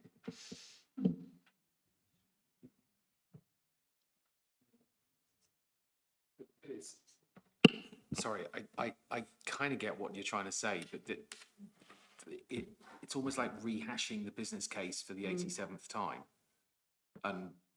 But I get the point. But all of those factors would have been But even when you go right back to the genesis of this project, right back in the first days when this was put forward as a scheme, those things should have been built into those original points back then. The point that we're looking at tonight is not rehashing of an entire business case, and it feels like we're just going round the same circle again on the 87th time and going around the business case. Can I come back on that? This says, make recommendations as appropriate to the executive following consideration of this report, yeah? So let me finish the point I was trying to make, which is if you want to make those recommendations to the executive to consider, I think republishing or resubmitting the business case as part of the executive decision, I think, is something I would want to do. So add that. So every contract I've ever signed, or every business case I've ever approved, has had an options analysis that ranges from do nothing to various other ways of delivering something to what you're recommending. I think Sarah said that they haven't followed through that entirely at the moment with the particular option of getting somebody else to do it and de-risking it that way. It's just a suggestion that if you want to de-risk it, that is one way to look at it. You can take it or leave it. It's not my decision. Was that not done in the original business case? Suggesting the fact Sarah said she hadn't done it suggests to me it wasn't. we haven't costed that option out recently, but back in when the original project was coming through in 2020, 2021, we would have looked at various different options of delivery, and the numbers would have demonstrated, and when executive and full council signed up to the project, they signed up to this delivery method. So if you believe those haven't changed, then if you present that original analysis that says that option doesn't make sense, then that's fine. That's the question answered. But I think the first question is, do you think it's changed? And then following that, if you don't think it's changed, then this is the original consideration we made. That's a perfectly reasonable answer.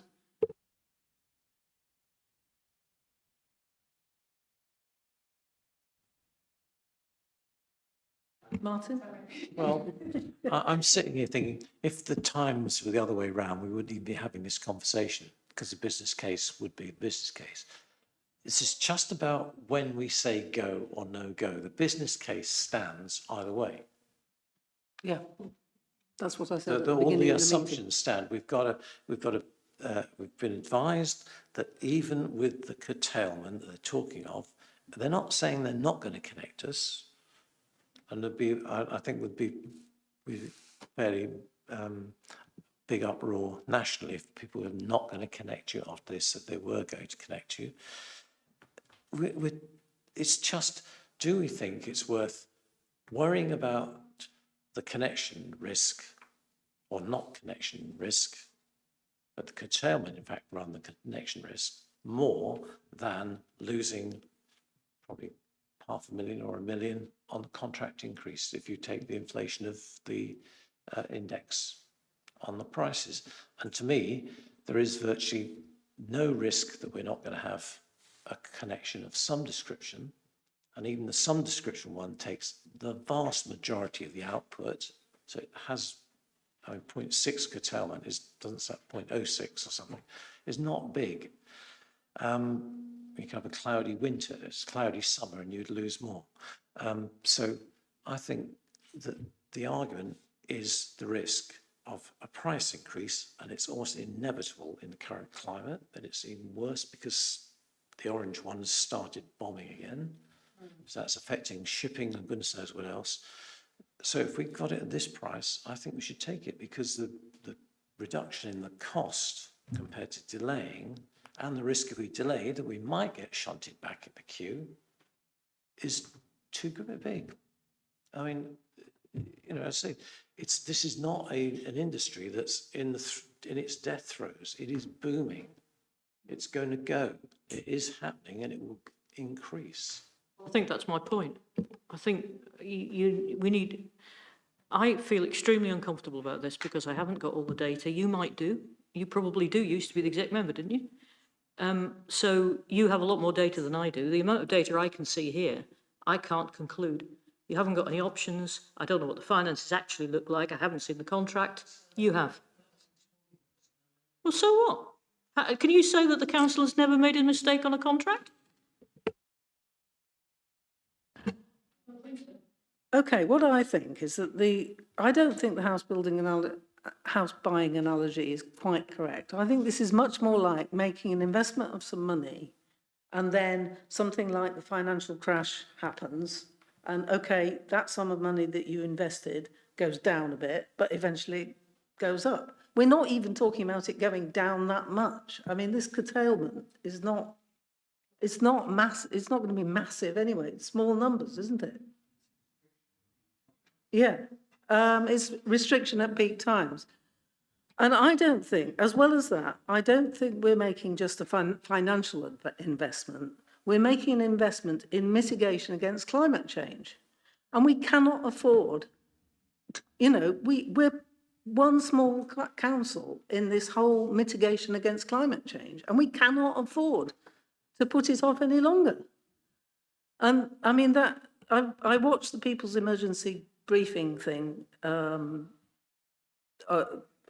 People's Emergency Briefing on Climate and Nature Crisis on Friday. And Deborah Meaden, who, as you presumably all know, is one of the dragons, I mean, she said in that, we cannot afford to not invest now. We have to invest because the cost is just going to go up. She said exactly what we're having to decide here, you know, the cost is going to go up from day to day. As you said, the orange one is bombing again. He's just going to put the costs up. I've responded a number of times to people criticising it, and just to put it in context, 1 megawatt hour for 24 hours uses 6 tonnes of oil. So if you work out how much our solar farm is going to generate, that's what you save in terms of fossil fuel.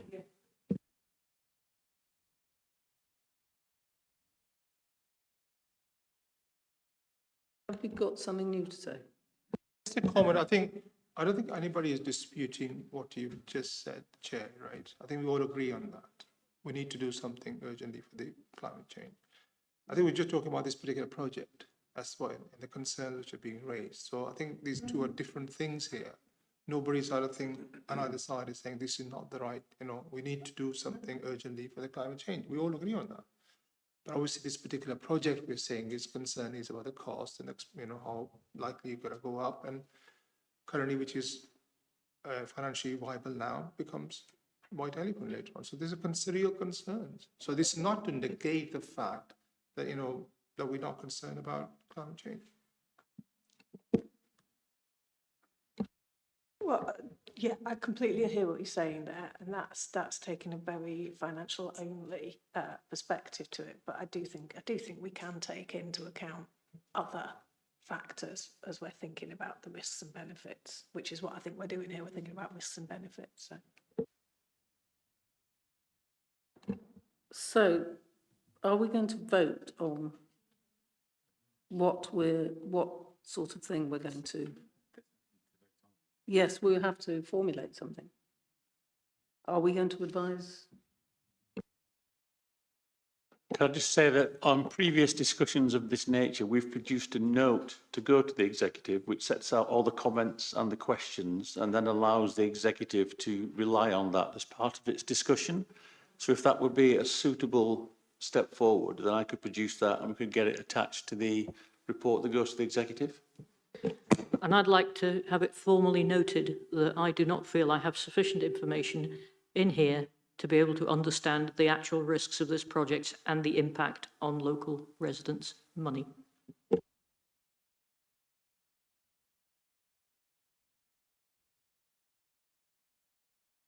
So if you're happy with that as a way forward as a committee, then I can produce that and then circulate and then take it forward that way.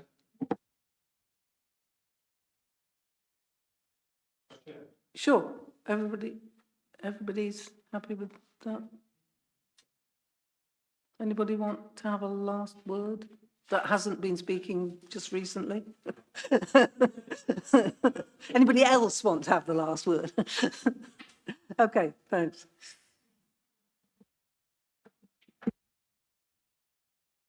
Sorry, thank you both very much for being grilled.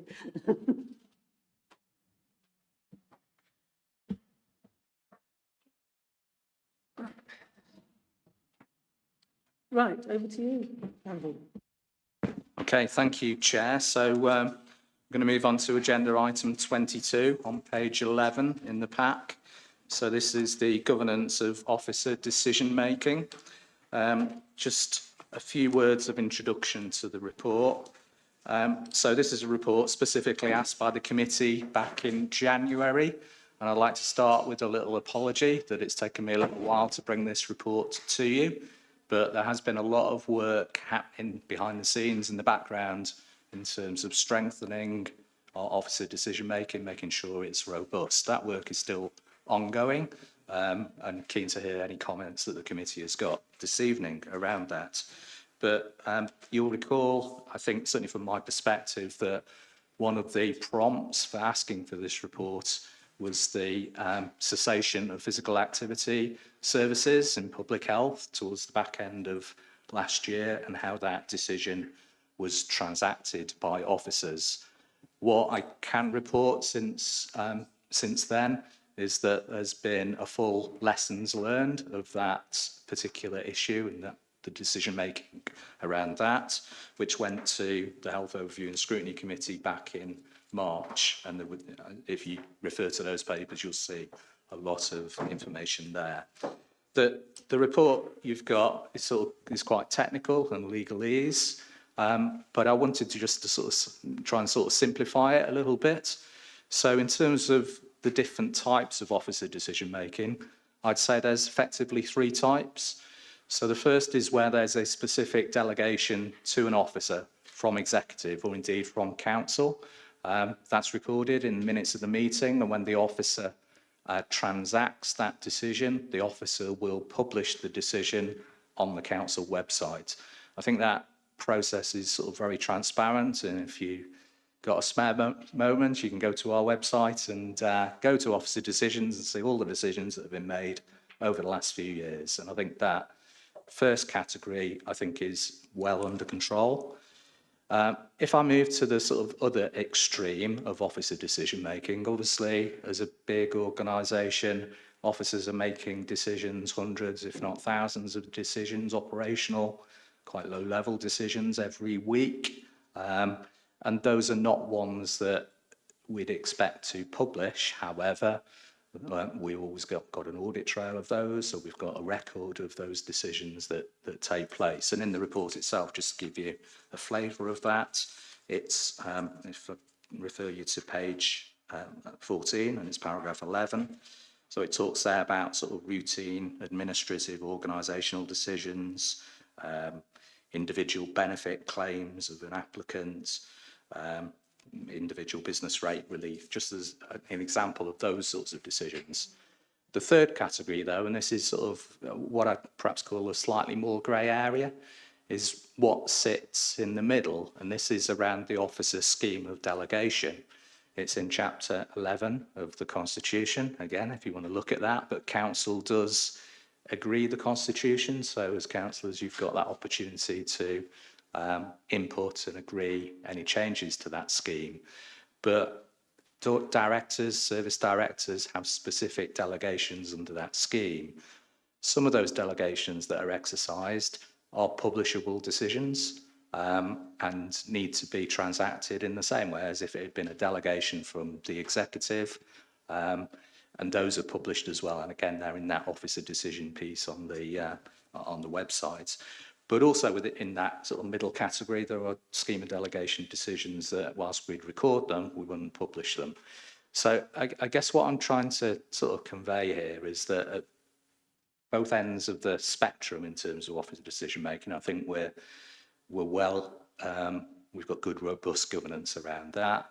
The work that we've been doing as officers and the corporate leadership team leading this over the last few months is to strengthen the guidance, improve the training for officers for those middle category ones, so that we can be confident that where an officer exercises their delegation under the scheme, that where it needs to be publicly recorded, the public record is made and that decision is transacted in accordance with the principles of decision making that are set out in the Constitution and are the same as some of the points that the committee's raised around the last item, thinking about options, consultation. Those principles are set out quite clearly in the Constitution. So that was just a very brief overview, but happy to take any questions. Pauline. I think I might have started this item, so I'd just like to thank Andrew very much for a really good paper. I think this certainly helped me understand it, and I think it makes it a lot clearer, so thank you very much. Peter. So the bit in here which surprised me when I first became a councillor is that the council meeting, can only make decisions on non-executive decisions. It can't make, I kind of assumed that the council was the overarching decision-making body and could make a decision on anything. But as we've discovered, when a motion was approved, full council, because it was not a non-exec decision, is that standard amongst all councils? It just seems strange to me. With the model that we've got, which is a leader and cabinet model, that is true. Not all councils have that model, although most do nowadays, but some councils have a committee system, which is different and perhaps more what you might have been expecting, Peter, when you joined the council. But no, that is very typical for a council operating the model that we've got. Well, I'll let you a secret. I was a councillor in Surrey Heath, so that's how they used to do it. Shahid? Just a comment, right, then Andrew. So as a councillors, you will have very limited powers in that case. If all the powers are with the executive, you got no power basically. So you're representing your ward, elected by the people, but you actually don't have any power at all to make any decision or influence the decision, right? Yeah, that's very limited, isn't it? I mean, that's true because that's how I see it, right? If the executive, this is how the system works. Executive makes the decisions, whether as councillor, whether I like it or not, whether my residents like it or not. I don't have any say in that. Is that true? Is that what I understanding? I can see where you're coming from, Shahid. What I would say, though, is all 54 councillors as full council, when you meet pretty much every month, there are certain powers and very significant powers that are reserved for full council as a group of 54 councillors. So, for example, setting the budget, agreeing the constitution, so how the council operates, senior appointments, a whole raft of things, particular policies and strategies that only full council can approve. So whilst it's correct to say that under this leader executive model, there is a lot of power for the administration, but equally, I would say, certainly from an officer perspective, there's still massive influence that individual councillors can exert as a member of full council, but also, I'm sure I'll say scrutiny tonight, you've got that opportunity to sort of shape and improve decision making by the executive as well. So there's different channels, but I do understand the point you make. Caroline? Just going to slightly answer the question that you can also ask overview and scrutiny to look at certain things, particularly in my area, residents and playgrounds. I've asked for that to come up, and cemeteries. So you can also ask us to look at something. I have asked for some things for climate emergency.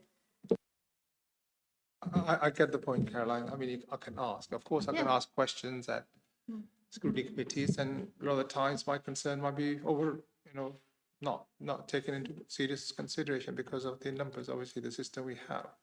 But then nevertheless, the point which I make is still valid because I have to see perception of my residents. They think as a councillor, we elected you and you're not able to make any difference at all, right? But I understand it's a collective, but this is how the residents here, it's not particularly me, and they expect, because they have actually chosen you as a representative, and you should be able to make a difference. And a lot of the times I've seen as a councillor, my powers actually as a councillor has been declining over the years. And I say, look, if we're not willing to make any difference, so what is the point of me becoming a councillor in the first place? So these are real concerns. Can I continue that? How does it compare with Parliament in that respect? Well, I was, funnily enough, I was just sort of thinking of sort of like an individual sort of backbench MP, particularly even a backbench MP from the ruling party. The amount of power that they've got is pretty similar. I think it's a good sort of analogy with sort of local councillors as well. But I mean, we could be here all night talking about what makes a good democracy and a bad democracy, and it's not really my place to but yeah, I understand the point. Dave? 2 points. First of all, officers' decision flow, I really like that, that's really clear. Point 8, I would prefer it to be consultation with the portfolio holder and or ward member is required for good practice for sensitive local matters rather than may be required. I think it would be nice to get that as an is instead of a maybe. And secondly, in terms of delegation, if a decision is delegated to somebody of a more junior grade, does the senior officer still remain ultimately responsible for that decision, even if they haven't made it, they've delegated it? Yeah, so taking your first point, yeah, absolutely, in terms of ward members. In fact, actually in the Constitution, I think it does actually say it's a requirement as opposed to an option, but we'll make sure that's changed. And then in terms of delegation, so if a director, for example, does delegate the operation of that decision to a more junior officer, firstly, they should record that in writing, that they've done that, but ultimately the responsibility, the accountability rests with the director. I just sort of try and encourage Shahid a bit. Although in theory we haven't, well, in practice we have got no decision-making powers at all, as far as I can tell, apart from if you're on licensing or planning, maybe. A couple of things like that, where the statutory committees as opposed to being things like this. If you look at what we've done over the last 2 years in terms of things that we've called in or things that we've discussed here, we have had some significant impact. So you don't have any power, but you've got quite a lot of influence. I was thinking, you know, the litter bin thing where they started removing litter bins and then had to put them back. We've got the St Crispin School thing where they tried to take away the leisure centre and give it to the school, and then they had to actually make sure that the people who were using that leisure centre had an alternative because we called it in. There's lots of parking in Shinfield where they tried to charge for the free parking and had to back off that. There's lots of things where when they have the light of the public shone on them and councillors, can make people think actually that probably wasn't a terrible sensible thing to do and maybe we'll do something different. So don't give up. It's just you have to use a different sort of influence. Sorry, it's not going to give up. I'm not giving up at all. I was just making a point, but I get where you're coming from, yes. I'm not saying we don't have any influence at all. We do, and I fully recognise that, but yeah, thank you. I've got a bit of a nitty question. Item 15, it doesn't really make sense. I think there's a comma instead of a full stop, but I still can't make sense of it. Sorry. Thank you for pointing that out, Chair. I was sitting here earlier reading this while the last debate was taking place, and I read that as well. I think there's, not quite sure what's gone wrong, but yeah, there's a typo or missing punctuation. So there need not be a report, fine. But then it says the decision taken and the date the decision was taken should be recorded or something. I don't know. Yeah, I think that's what it's trying to convey, but it very badly. Yeah. Any? It's not a report. No. Yeah. Any more for any more? No, great. Thank you very much. Well, right, on to the really exciting bit. Sorry. The Executive Forward Programme. And I can see that there's quite a lot more things coming to, well, there's indications that things are coming to scrutiny on it. Do you want to say anything about it, Neil, first? After my detention at the last meeting, Chair, I've given some more thought to this and updated it as much as possible. Used a really big font as well.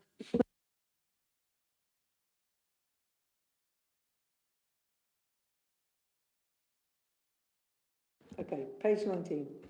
Any comments on that? Page 20. Page 22.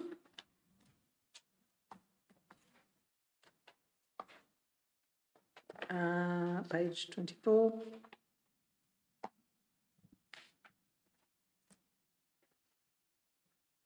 Page 25.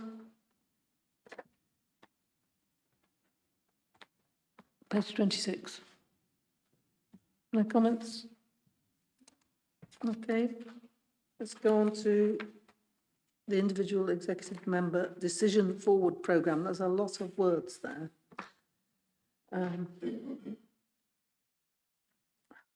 Raise the speed limit. Page 29, is it? Yeah, page 30. Page 31. Yeah. I should know this, Andrew, but what makes it an IEMD versus an executive decision?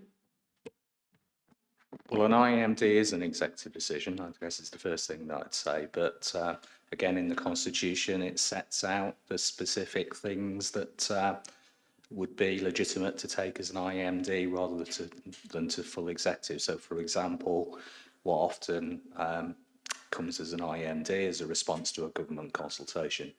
But there's a list of 15 at least different types of things that councillors agree can be done as IMDs.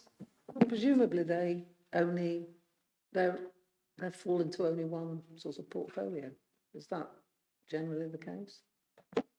It is, but again, I would say sort of whilst it's done by the individual executive member, the rules of call-in, for example, still apply. And obviously, from what you're doing this evening, you could ask for a look at it at scrutiny before it comes up as well. So my advice would be to look at the IMD list in the same way as you look at the full executive list. And I get them all sent to me and I read them and I feed back on them if it's appropriate. And I've had one today where the exec members accepted some changes and taken them away. So it's definitely worth doing that, I think.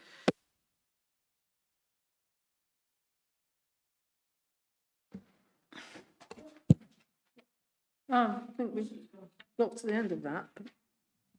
No more comments, right? Draft work programmes.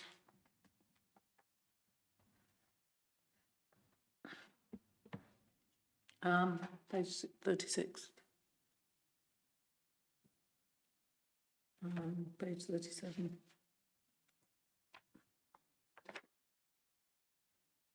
Page 38.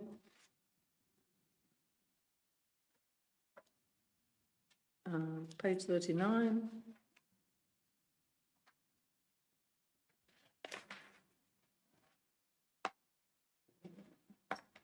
Page 40. Page 41.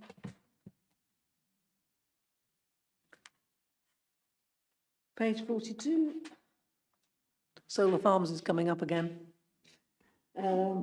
Page 43.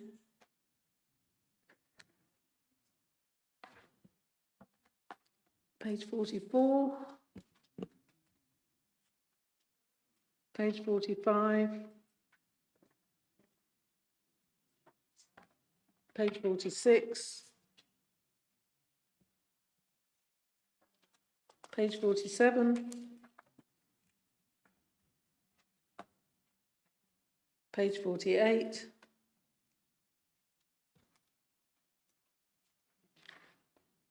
Page 49.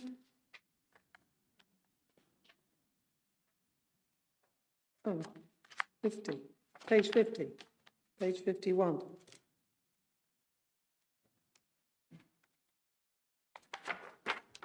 Page 52.